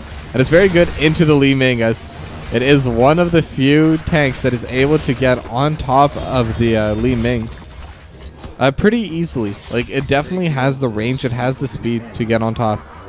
And now both sides just going to be channeling their altars. Doesn't seem like either side is going to be able to cancel it, so just going to be a clean 4 for 4 points going to both of these two sides. So 32 to 28 in favor of Cosmos. But now the fight might be breaking out as PJ Red gets impaled, and they're able to get the impale over onto the Koala in the backline as well. And Imbuement just auto-attacking onto PJ Red, but the amount of poke coming out from Ghost and the scatter arrow is just going to be too high. Neither side is going to continue with this fight. But there is a fight happening on the top side. Atlantis Owl just spinning on top of IT Cowboy, and that's a lot of damage. Ancient Spear not going to land, though, so that should mark the end of that play. They do have a slight push in the mid lane, or sorry, in the bot lane. They are going to have a lot of damage coming out from Odd Thought, and this is one of the reasons you do pick that Zagara. Able to land so much poke onto these structures from such a far distance. And as the levels do come through, they'll be able to just absolutely shred through. Well, the wall is going to be gone. It pretty much already is. But even able to take down this fort. If they're able to get... Oh, and they do have Ghost. Ghost has been stunned, but will be able to just jump over the wall. And will be okay. And now IT Cowboy is going to get the drag over by Silver Jackal. And Silver Jackal going to get the face shift on top. So will be okay. Does have the health. Does have the armor. And the Burrow Charge will be able to be used to get away. Gonna get poked down a little bit. And the Cocoon has come out. Are they going to be able to follow up over onto Apple? And the Leap does come out. And Apple is going to get hit. Ancient Spear not going to go through as the Mob Mortius does come through. And the Burrow Charge over top. And the... So much damage just coming through, and Koala dealing so much DPS over top as well. IT Cowboy able to get into the backline, but on their own, Polymorph down, and just one more stun will go through into the stasis right now, and is trying to run away, and the Leap of Faith does have to be utilized. Ancient Spear is going to get down, but the drag is going to take Atlantis Owl back. So they are able to trade that 1-for-1. Odd Thought gonna get cancelled. Over with the Disintegrate coming out from Koala. The Impale not gonna land from Silver Jackal. as Koala is still trying to cancel it, but Imbuement is dealing so much DPS over top, and Ghost just a couple more autos. Taz Dingo is going to come out. IT Cowboy burrows into the team, going to get Polymorph. Imbuement just trying to run away. Stasis utilized as well. Not a lot of health left in IT Cowboy, trying to heal up, but so much damage coming out from Imbuement and Onthought. And now PJ Red is going to get the Shadow Charge and the Overpower, but Imbuement still able to run away. Power Shot will get dodged away. Just a little bit more health, and Imbuement still alive, able to walk away. Phase Shift is going to come out, so Imbuement now going to be able to fight. And that's over Jackal, going to land the Cocoon onto Koala, so they do have a play, but no mana. But it doesn't matter. Leap does come out into the backside, and Koala got to teleport away. And PJ Red and the Dragon are over top, disintegrate onto everything. Atlantis Al is going to get stunned, and another disintegrate coming through with the reset. Just a little bit more damage, but not going to be able to finish off Atlantis Al. What they will be able to finish off is this bot side altar, and this was a 2 altar play. There was another one over here earlier. So that's going to be 8 damage in favor of Cats on my keyboard. So they are now in the lead, and once again, in every single one of these games, they have been able to win that mid game. They've fallen behind in the early game. They've gotten picked off in the late game, but the mid game has always been absolute domination by Cats on my keyboard. And now we do have 100 souls reached onto PJ Red. And a lot of poke coming through, and the Sapper Camp is just going to blow up the topside cannon tower. They'll be able to respond back and just get the waves shoved out, as the side of Cats on my keyboard does go onto their siege camp. Doesn't seem like any contest is going to happen. They do seem to care more about shoving out this bottom wave instead. And that's just going to be the trade-off, getting a little bit of lane pressure in order to be able to secure that Sapper Camp. But in the meanwhile, Atlantis Al is going to be able to take that Sapper Camp over on the top side. Is missing a pretty big wave in the mid lane, but Oddthought is going to rotate up just to catch that. As the Sapper Camp is now pushing into the bottom, and they're able to get the Apocalypse onto Imbuement. The Cocoon as well, and just so many stuns. Imbuement not able to move, but very good cleanse coming out from Nade just in time to be able to get away from that play. Polymorph lands onto PJ Red as well, but no play is going to come out here. They do have the Devouring Maw onto all of those camps, and the Sapper Camp is going to get taken down. No charge going to come through. Almost were able to take down Imbuement, but even the Taz Dingo is still available, so lots of good defensive plays coming out from Cosmos. But they are being very proactive on the side of Cats on my keyboard. It is just going to be the single wall. The Drag not going to land in the backline, but they are going to have the leap and disintegrate, landing over the top, but too healthy. But Imbuement taking so much damage, and the overpower. Taz Dingo has to come out, still available, still hasn't been used, but still hasn't been needed. And now Imbuement just trying to DPS over the wall, and the charge does come through. Taz Dingo is going to be utilized now. PJ Red taking so much damage, another burrow charge over the top. Impale not needed quite yet, and Imbuement is going to get taken down by the Cowboy, but it doesn't matter. IT Cowboy able to get 2, as Asanya also goes down. Atlantis Al. Now IT Cowboy is trying to chase onto Nade. The Cocoon is going to be utilized to keep Ghost from following up. But that's another teamfight victory for Cats on my keyboard. And now Ghost just pushing away Silver Jackal to prevent any kind of follow-up. And the Dragon Arrow is going to be utilized, but not enough damage for the kill. That's going to be another 4 damage. 28-20 now in favor of Cats on my keyboard. Apple is trying to clear out this lane now. And they're also going to be able to get onto this Sapper Camp. And it could be contested. There is no talent advantage, but Imbuement is the one trying to frontline. Silver Jackal is going to walk in, going to get Shadow Charged into the wall. The Overpower as well. And the Leap lands over the top and Impale onto PJ Red as well. Just Apocalypse lands over the top, but is able to zone away and actually save PJ Red's life. They're trying to follow up, but no follow-up is going to be had here. So neither of these two teams are able to get any kills, but ultimately the Sapper Camp was taken, but also cleared out by Cosmos during that fight.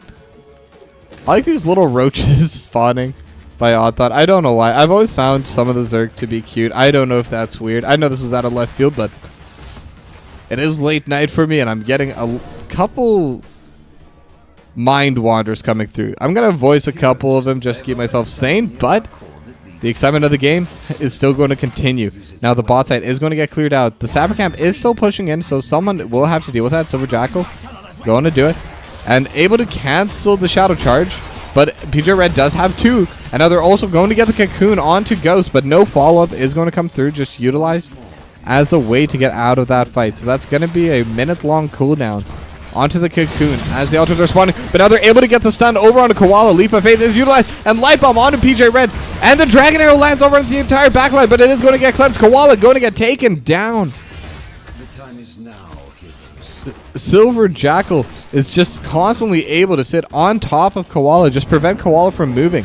Even if they're not able to get the kills, Koala is just not able to bring out the DPS. Now IT Cowboy, they have traded 1-for-1 for the altar so far. Atlantis Al not going to be able to get in. And that's still going to be HP advantage going over in favor of Cosmos. Now Atlantis Al is stuck. They do have the Apocalypse coming through, but PJ Red is going to go down. Ancient Spear not going to land from Atlantis Al. But in the meanwhile, Ghost able to take down the Zagara and is slowly kiting back with a power shot. Has a little bit of a distance to clear still in order to get away to safety, but does have the little wall. Impale is going to land by Silver Jackal though, and now the auto attacks are starting to come out, and Ghost is stuck on the wrong side of the team. Polymorph also going to come through. Slow not going to go through, and Ghost will go down. So it will be a 1-for-1 trade there, but that's still an HP advantage onto the core, heavily in favor of Cats on My Keyboard. Disintegrate is just going to be used for that wave clear. Health orbs are going to be coming out as well. Impale lands on a Koala, but no follow-up, as they do have the little Scarabs and the Roaches able to just tank so much damage in favor of Cosmos. Imbuement just slowly auto-attacking through, and this fort is going to go down. Cocoon has landed on Koala, but Imbuement is on the wrong side of the team. No help, no Peel right now.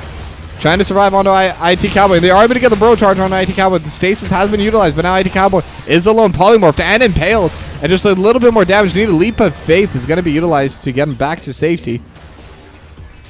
But ultimately, it's a huge win for Cosmos. Being able to win this fort means so much for their team, as the topside wall has been taken down by Atlantis Al. So that was a 4v4. That was an even fight. They do have Koala, who's able to deal a lot of damage over onto buildings, and Silver Jackal's just going to walk in, prevent them from getting too much damage over onto this fort, as the Disintegrate used just to clear the wave. The Sapper Camp has been finished off as well. Oh, but we do see IT Cowboy is kind of caught in the backside. Atlantis Sal waiting. Utilize that Ancient Spear. We're not going to be able to follow it up. IT Cowboy still alive, going to save that leap. But in the meanwhile, they're able to take down Silver over on this bot side. They are able to get the final channel, so that's going to be 5 damage going back from Cosmos onto Cast on My Keyboard, 19-12. But in return, they will be able to take back this fort. They will be able to take back what is theirs. But now the Sapper Camp is just going to get slowly finished off by Cosmos. No time for an invade, but the map has been reset now. So both sides now have all of their forts. And it's a 7 health advantage for Cats on My Keyboard. And it's really going to come down to one more fight. The next fight is going to spawn this one altar, so neither side can end the game off of this next altar spawn. But we just need 1 or 2 more, especially with the boss able to take down 4 HP. It's really just a matter of time before this game ends. We're already at 16 minutes. Both sides starting to get closer to level 20. Cats on My Keyboard are a little bit closer. They do have the pressure on the bot side, but they don't elect to continue this push onto the fort. They're going to catch the mid lane instead. And Silver Jackal actually gets caught a little bit overpowered. Gonna throw the Impale onto 3. And now the leap in the backside. Burrow charge to get away to safety. Phase shift as well. Almost taken down by the Dragon Arrow, but not enough DPS coming out from Cats on My Keyboard. So just going to be a trade of ultimates.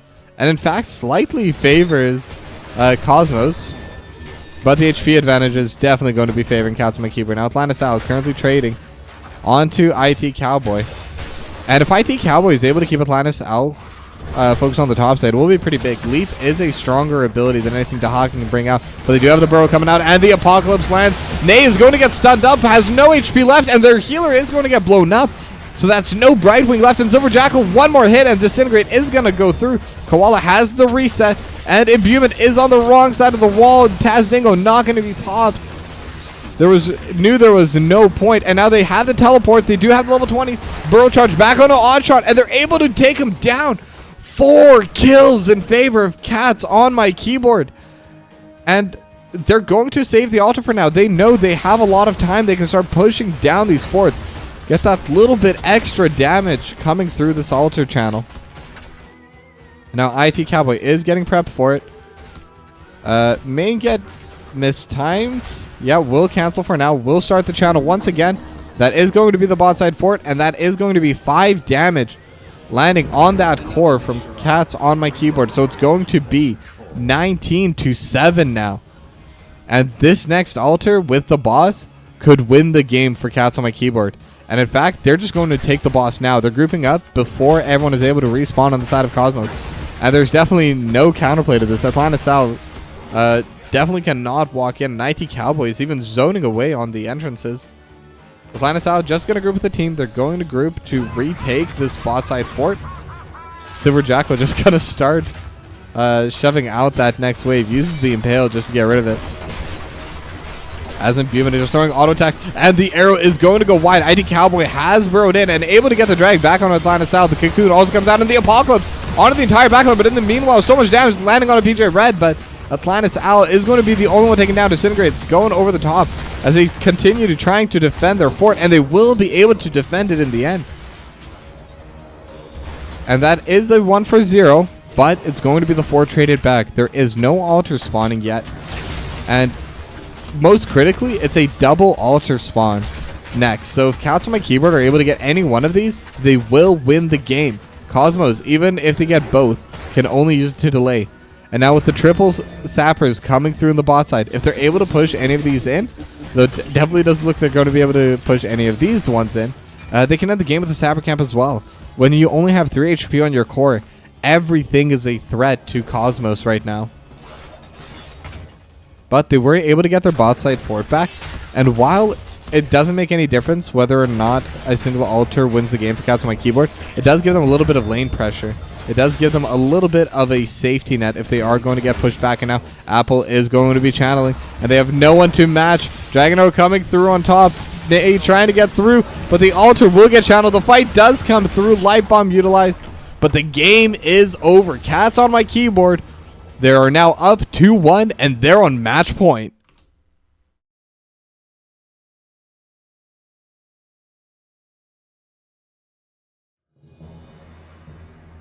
And with that, map number 3 is done.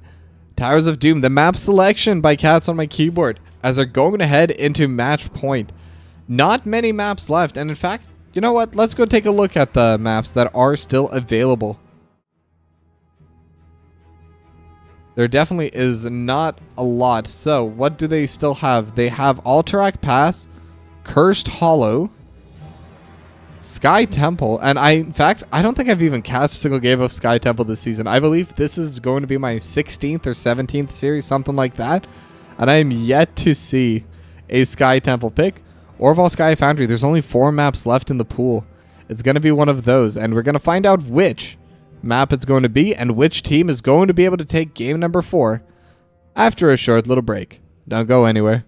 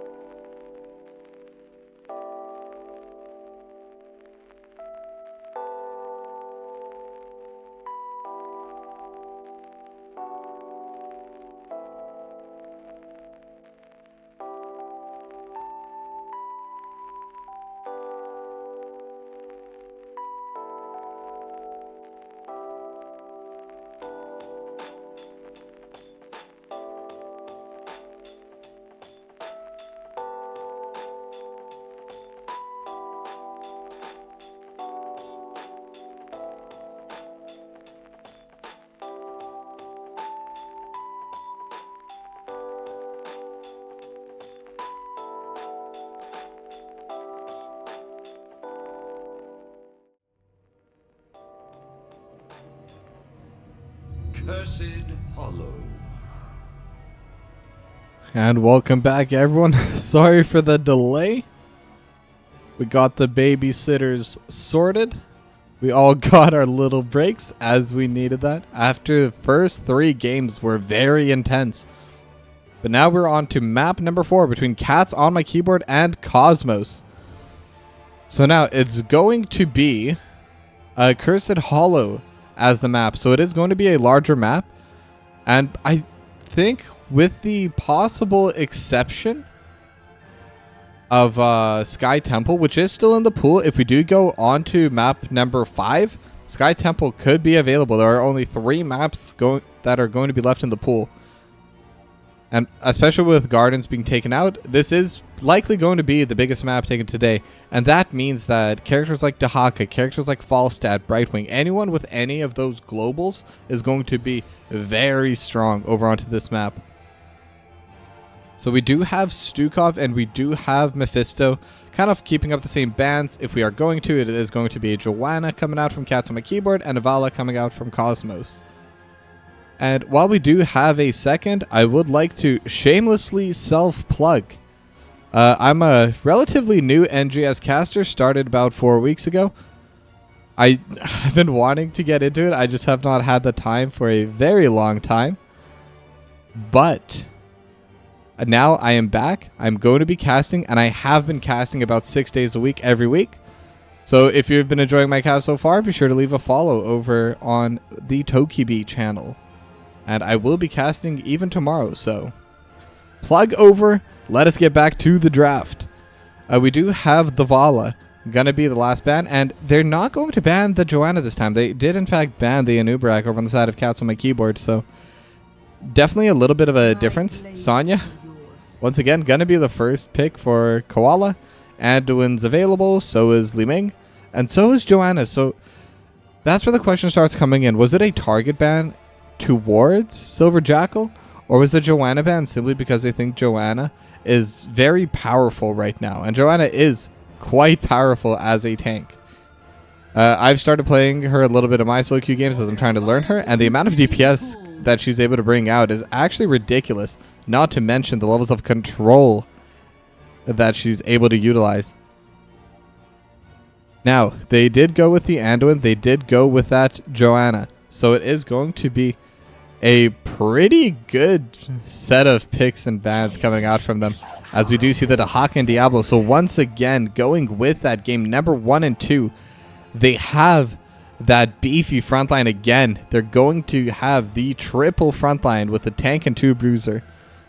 And it is interesting that every time they've done it, PJ Red has played the Diablo every single game, I believe. So if it ain't broken, don't fix it. They're 2-1, and even the game they lost, PJ Red has definitely performed on that Diablo.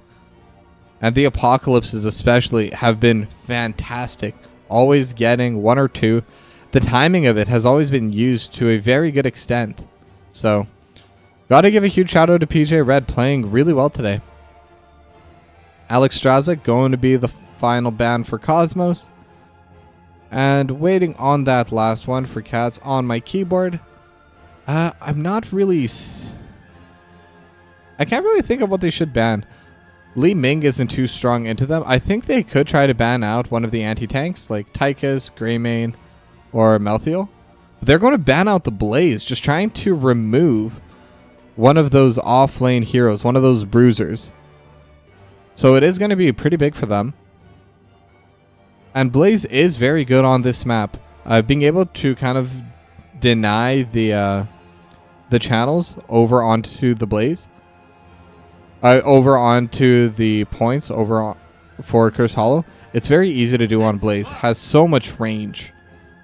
And is able to kind of keep the fire on there for a while. And this is interesting. This is something I talked about before map number 1. The Thrall is going to get locked in. Now, Thrall has been buffed in the last patch. And as of this afternoon, I would say about 7 hours ago, Thrall's talent that gave the spell armor has been bug fixed, so it now properly gives 70 spell armor throughout the entire duration of the ability cast. So Thrall's going to be a lot tankier and is already a very solid teamfighting pick. And very interesting last 2. Anna and Li Ming going to get locked in by Cats on my keyboard. So this is going to be a very, very interesting draft coming out for them. They do have the triple front line. Apple has so much range. It's probably the highest ranged healer in the game. So having that little bit of safety, and Ghost is on the Li Ming. Good luck catching a Li Ming is going to be huge. But you know what? Cosmos, this time they're changing up their draft. They're going to be running the triple front line as well. Joanna main tank, but then the Thrall and Hogger. So it is... And that is something I noticed. It was Imbuement picking the Thrall, so it is going to be the DPS Thrall. And I think especially with the talent changes, DPS Thrall is so much more powerful than before. It's going to be really interesting to see how they play this out. And we're going to see how they play this out in game number 4.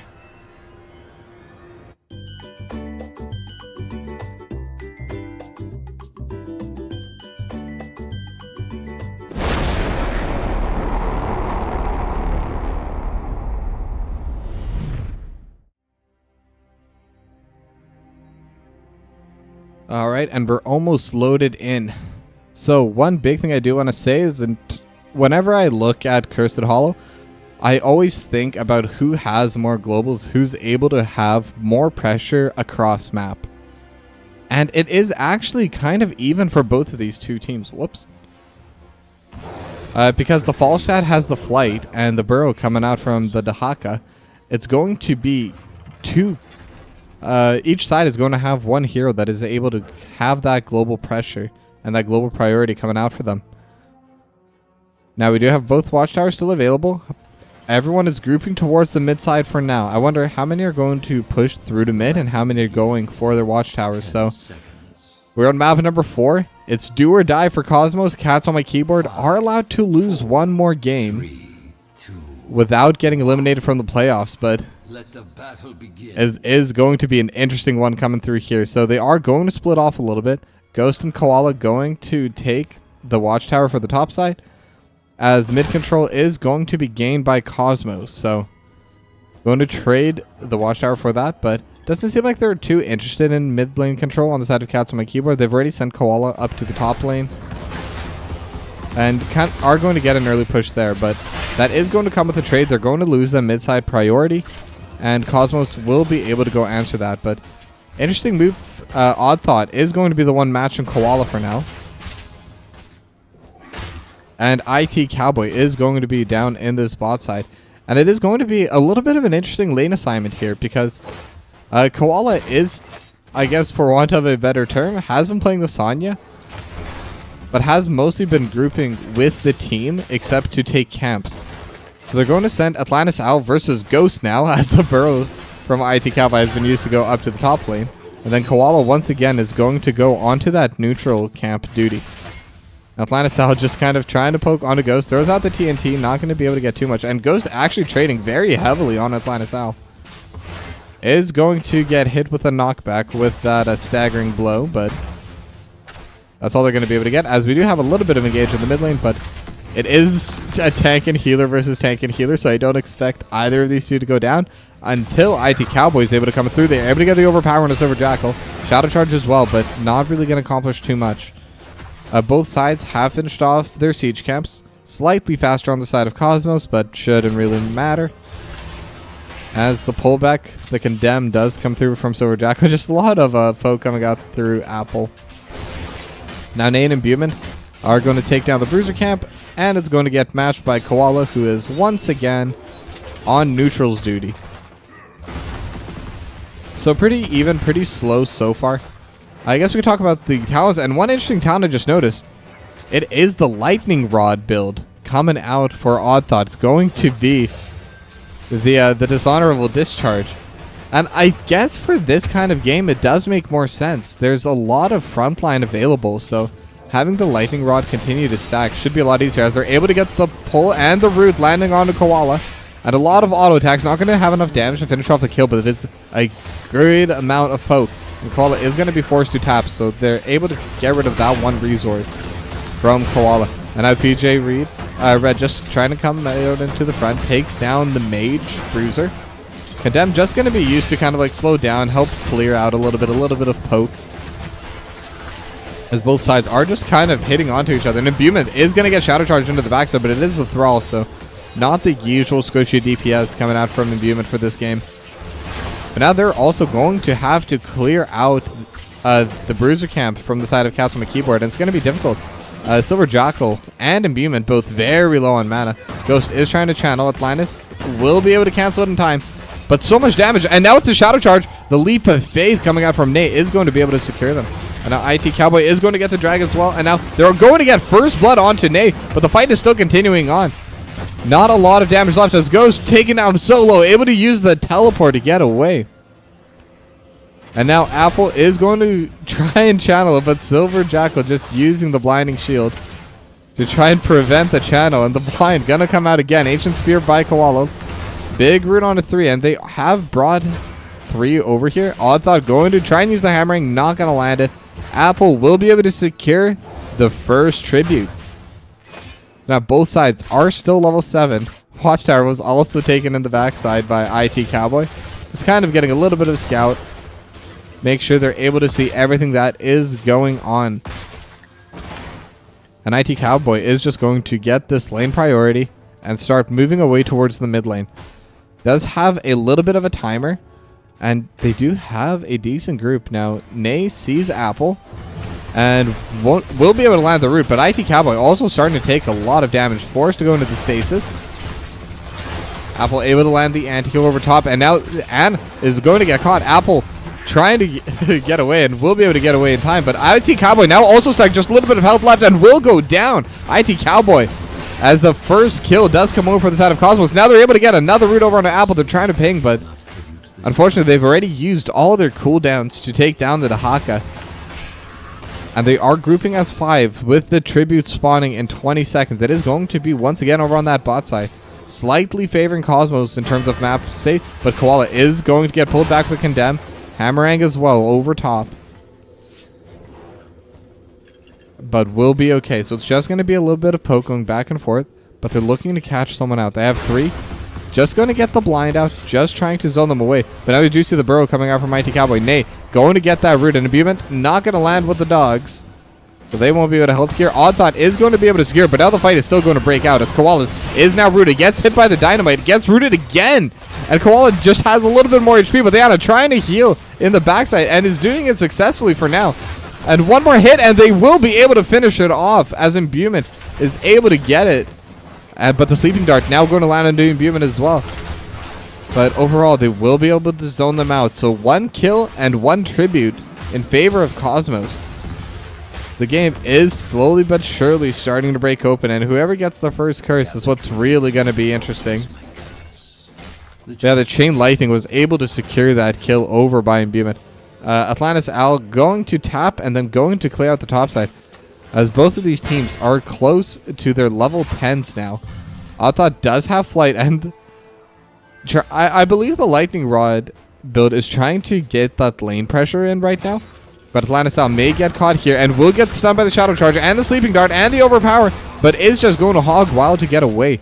He's taken out very low, and we saw them tap, so there is no tap available. Koala also going to get rooted and stunned, and just a lot of damage. Light Bomb over top as well, but the Tremor, unfortunately, is just going to get in the way. And now the Light Bomb, or sorry, not the Light Bomb, the Apocalypse is going to get countered by the Gust. But Odd Thought is able to get over top. Silver Jackal just trying to zone, but the fight is coming in, and they're able to get the kill on Imbuement. And now Odd Thought is also kind of low, but Silver Jackal is going to zone out.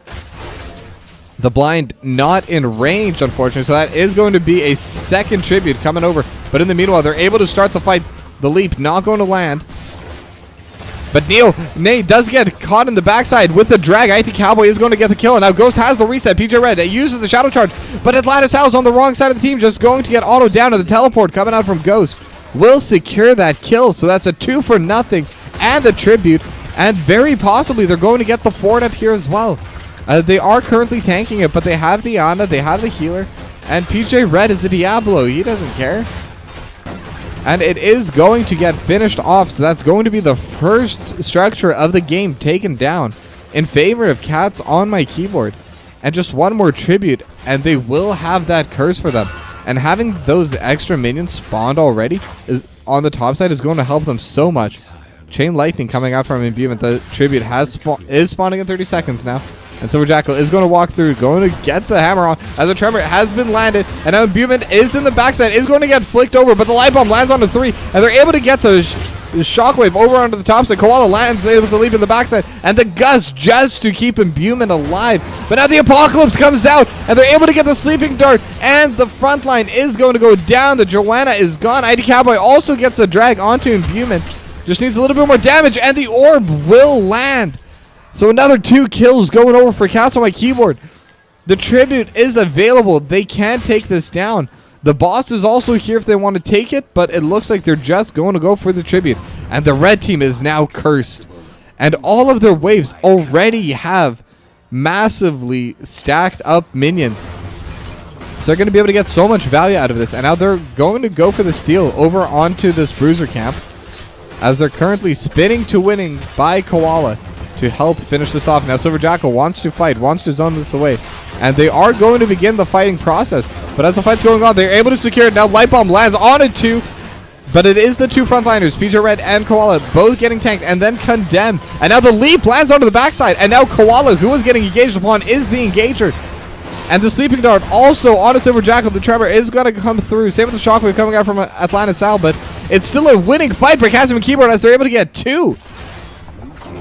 And this game is starting to get blown wide open for Cats on my keyboard. They were able to get the kill over in the mid lane. They were able to take down the fort on the top side. The curse finishes off the mid lane as well.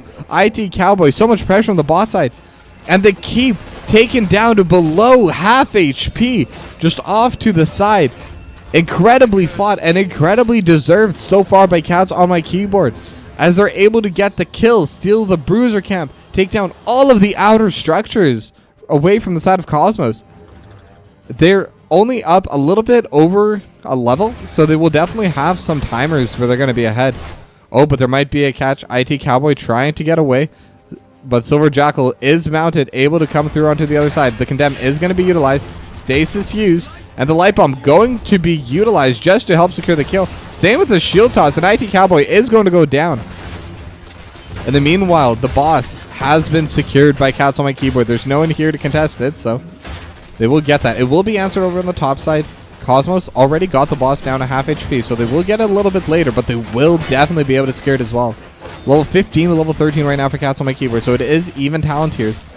But it's important to note this siege camp is still pushing over onto this bot side. They do need to answer this. The boss, looks like the boss is going to even be able to get all the way over onto this keep.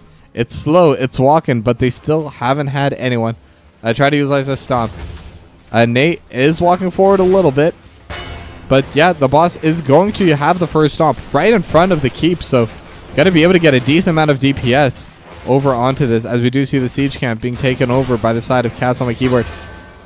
Just needs a little bit more damage. What's going to happen first? Are they going to be able to take down this keep, or are they going to be able to take down this boss? One more hit, and it is going to be the keep taken down. But in the meanwhile, there is a fight starting over in this mid side. They're going to be able to get the stun onto IT Cowboy. It goes into the stasis. Stasis already utilized. Now they're going to get the shockwave, and IT Cowboy still only has a little bit of HP left, but the apocalypse utilized, and now the shadow charge onto Silver Jackal, and Silver Jackal is going to go down. Now the sleeping dart lands on Atlantis South, and the leap into the backside. Not going to be able to follow up onto Koala, but that's still a 2-for-0 in favor of Cats on my keyboard. And they're able to get so much pressure down into this mid lane. They're continuing with this push. They already have the bot side keep, and they're going to start moving onto this wall. They're pinging onto Odd Thought. They do know it is possible that Odd Thought has the gust, might be able to force a play. But Ghost in the top side just dealing more damage to this keep. Might have overstayed a little bit, but will be able to get away in time. As I realize, I have been calling Sundering Tremor this entire time. It is in fact called Sundering. So, that is the ultimate Thrall has taken. But it is level 17 to level 15. They still do have the talent advantage. They were also able to take down, or take the tribute earlier on. So it is 1-1 tied in that as well. So they're not even behind on that anymore. And now the triple root lands onto 3, and they're able to get the light bomb on it too. And right now, PJ Red, it takes so much damage. Now the leap over to the backside. Koala trying to deal as much damage as possible, but the tank has been taken through. They are looking to continue the fight. Koala is also going to get taken down, but they were able to take down the fall stat, and Ghost dealing so much damage over the wall. So much DPS coming out of that Li Ming Ghost. Just bringing down the hurt. And with that, all their waves are shoved in. It was still a 1-for-1. They were able to take down the souls from PJ Red. And that is pretty important. That is going to mean PJ Red is going to be a lot easier to kill if they do fight soon. But IT Cowboy is going to get the drag onto Nay. And now Nay going to get thrown into the backside and will just get picked off. So that's going to be yet another kill for Cats on My Keyboard. As they also move to not only take the tribute, they're also going to steal away the siege camp. The siege camp's not going to do too much for them, but Atlantis Al going to get hit by the shadow charge. Not going to be able to get the follow-up shadow charge. Just going to have the overpower. Now the hammering is used in the backline, but now the leap lands, and Atlantis Al one more hit, and they will be able to get it with the seismic smash. But they're able to get the stun. Koala stuck underneath the tower. Will get taken down. Ghost still has a little bit of HP, but not too much left. Sundering has already been used off screen. And now Imbuement is trying to run through. Will they be able to get any follow-up? The dogs will land over onto PJ Red, but no follow-up. It is going to be a 1-for-1, but that could have been a lot worse for Cosmos. But the Feral Spirit was able to land their root in time, but not going to be able to get any kind of follow-up here. Their topside keep, I have no idea how they've kept it alive this long. They have the natural pushing into them. And on top of that, they've constantly been there. But this does seem like it has to be the final hurrah. Cosmos has to fight this. They do have slightly uneven numbers for a little bit. Nay on the backside. IT Cowboy trying to flank, but in the meanwhile, Odd Thought gets blown up by Ghost, and Ghost just lands so much damage. And look at that. Imbuement also jumps in with a teleport forward and still continues to play aggressively. But they're already gone in 2, and Silver Jackal is still barely alive. Now Nay going to get stunned as well. The shockwave comes through by Atlantis Al, but their healer is gone. The Anowin is dead, and everyone has been taken down. Silver Jackal gonna get one more hit, and that will be it. Silver Jackal is also dead, and the drag lands on Atlantis Al, trying to finish off Ghost, trying to get something, but the shadow charge is going to come in, and that's going to be a full 5-for-0 in favor of Castle on My Keyboard. And this might be it. This might be the map. This might be the series, and this might be them going into the finals for Division D West. They're going to finish off this keep, but I don't even think they need to. 4 seconds. There's going to be 2 spawning out in 10 seconds. Can Cosmos defend this? It's going to be a very difficult defense. Odd Thought still has Gust. They do still have Sundering. The Gust is going to be utilized immediately onto the teleport.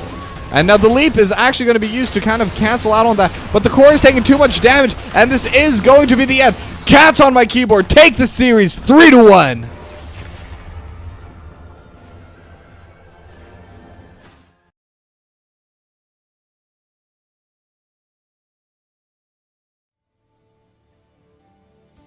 And just like that, it is over. Cats on My Keyboard with another dominating mid-game. We're able to take down Cosmos 3-1. That is going to be this series. And with that, they are going to advance all the way to the finals.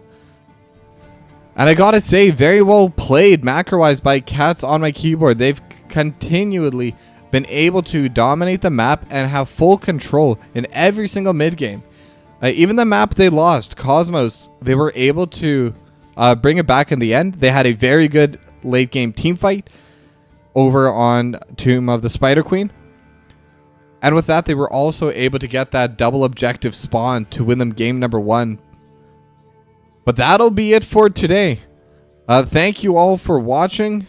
I was Tokibi, and I hope to be back on this channel soon. I'm planning on casting every single day whenever I can, and in playoff season, that means it's the official NGS channel season. Be sure to follow NGS 2 as well, Nexus Gaming Series 2, so you don't miss a single playoff game for this entire season. Thank you very much for watching, everyone, and have a good night.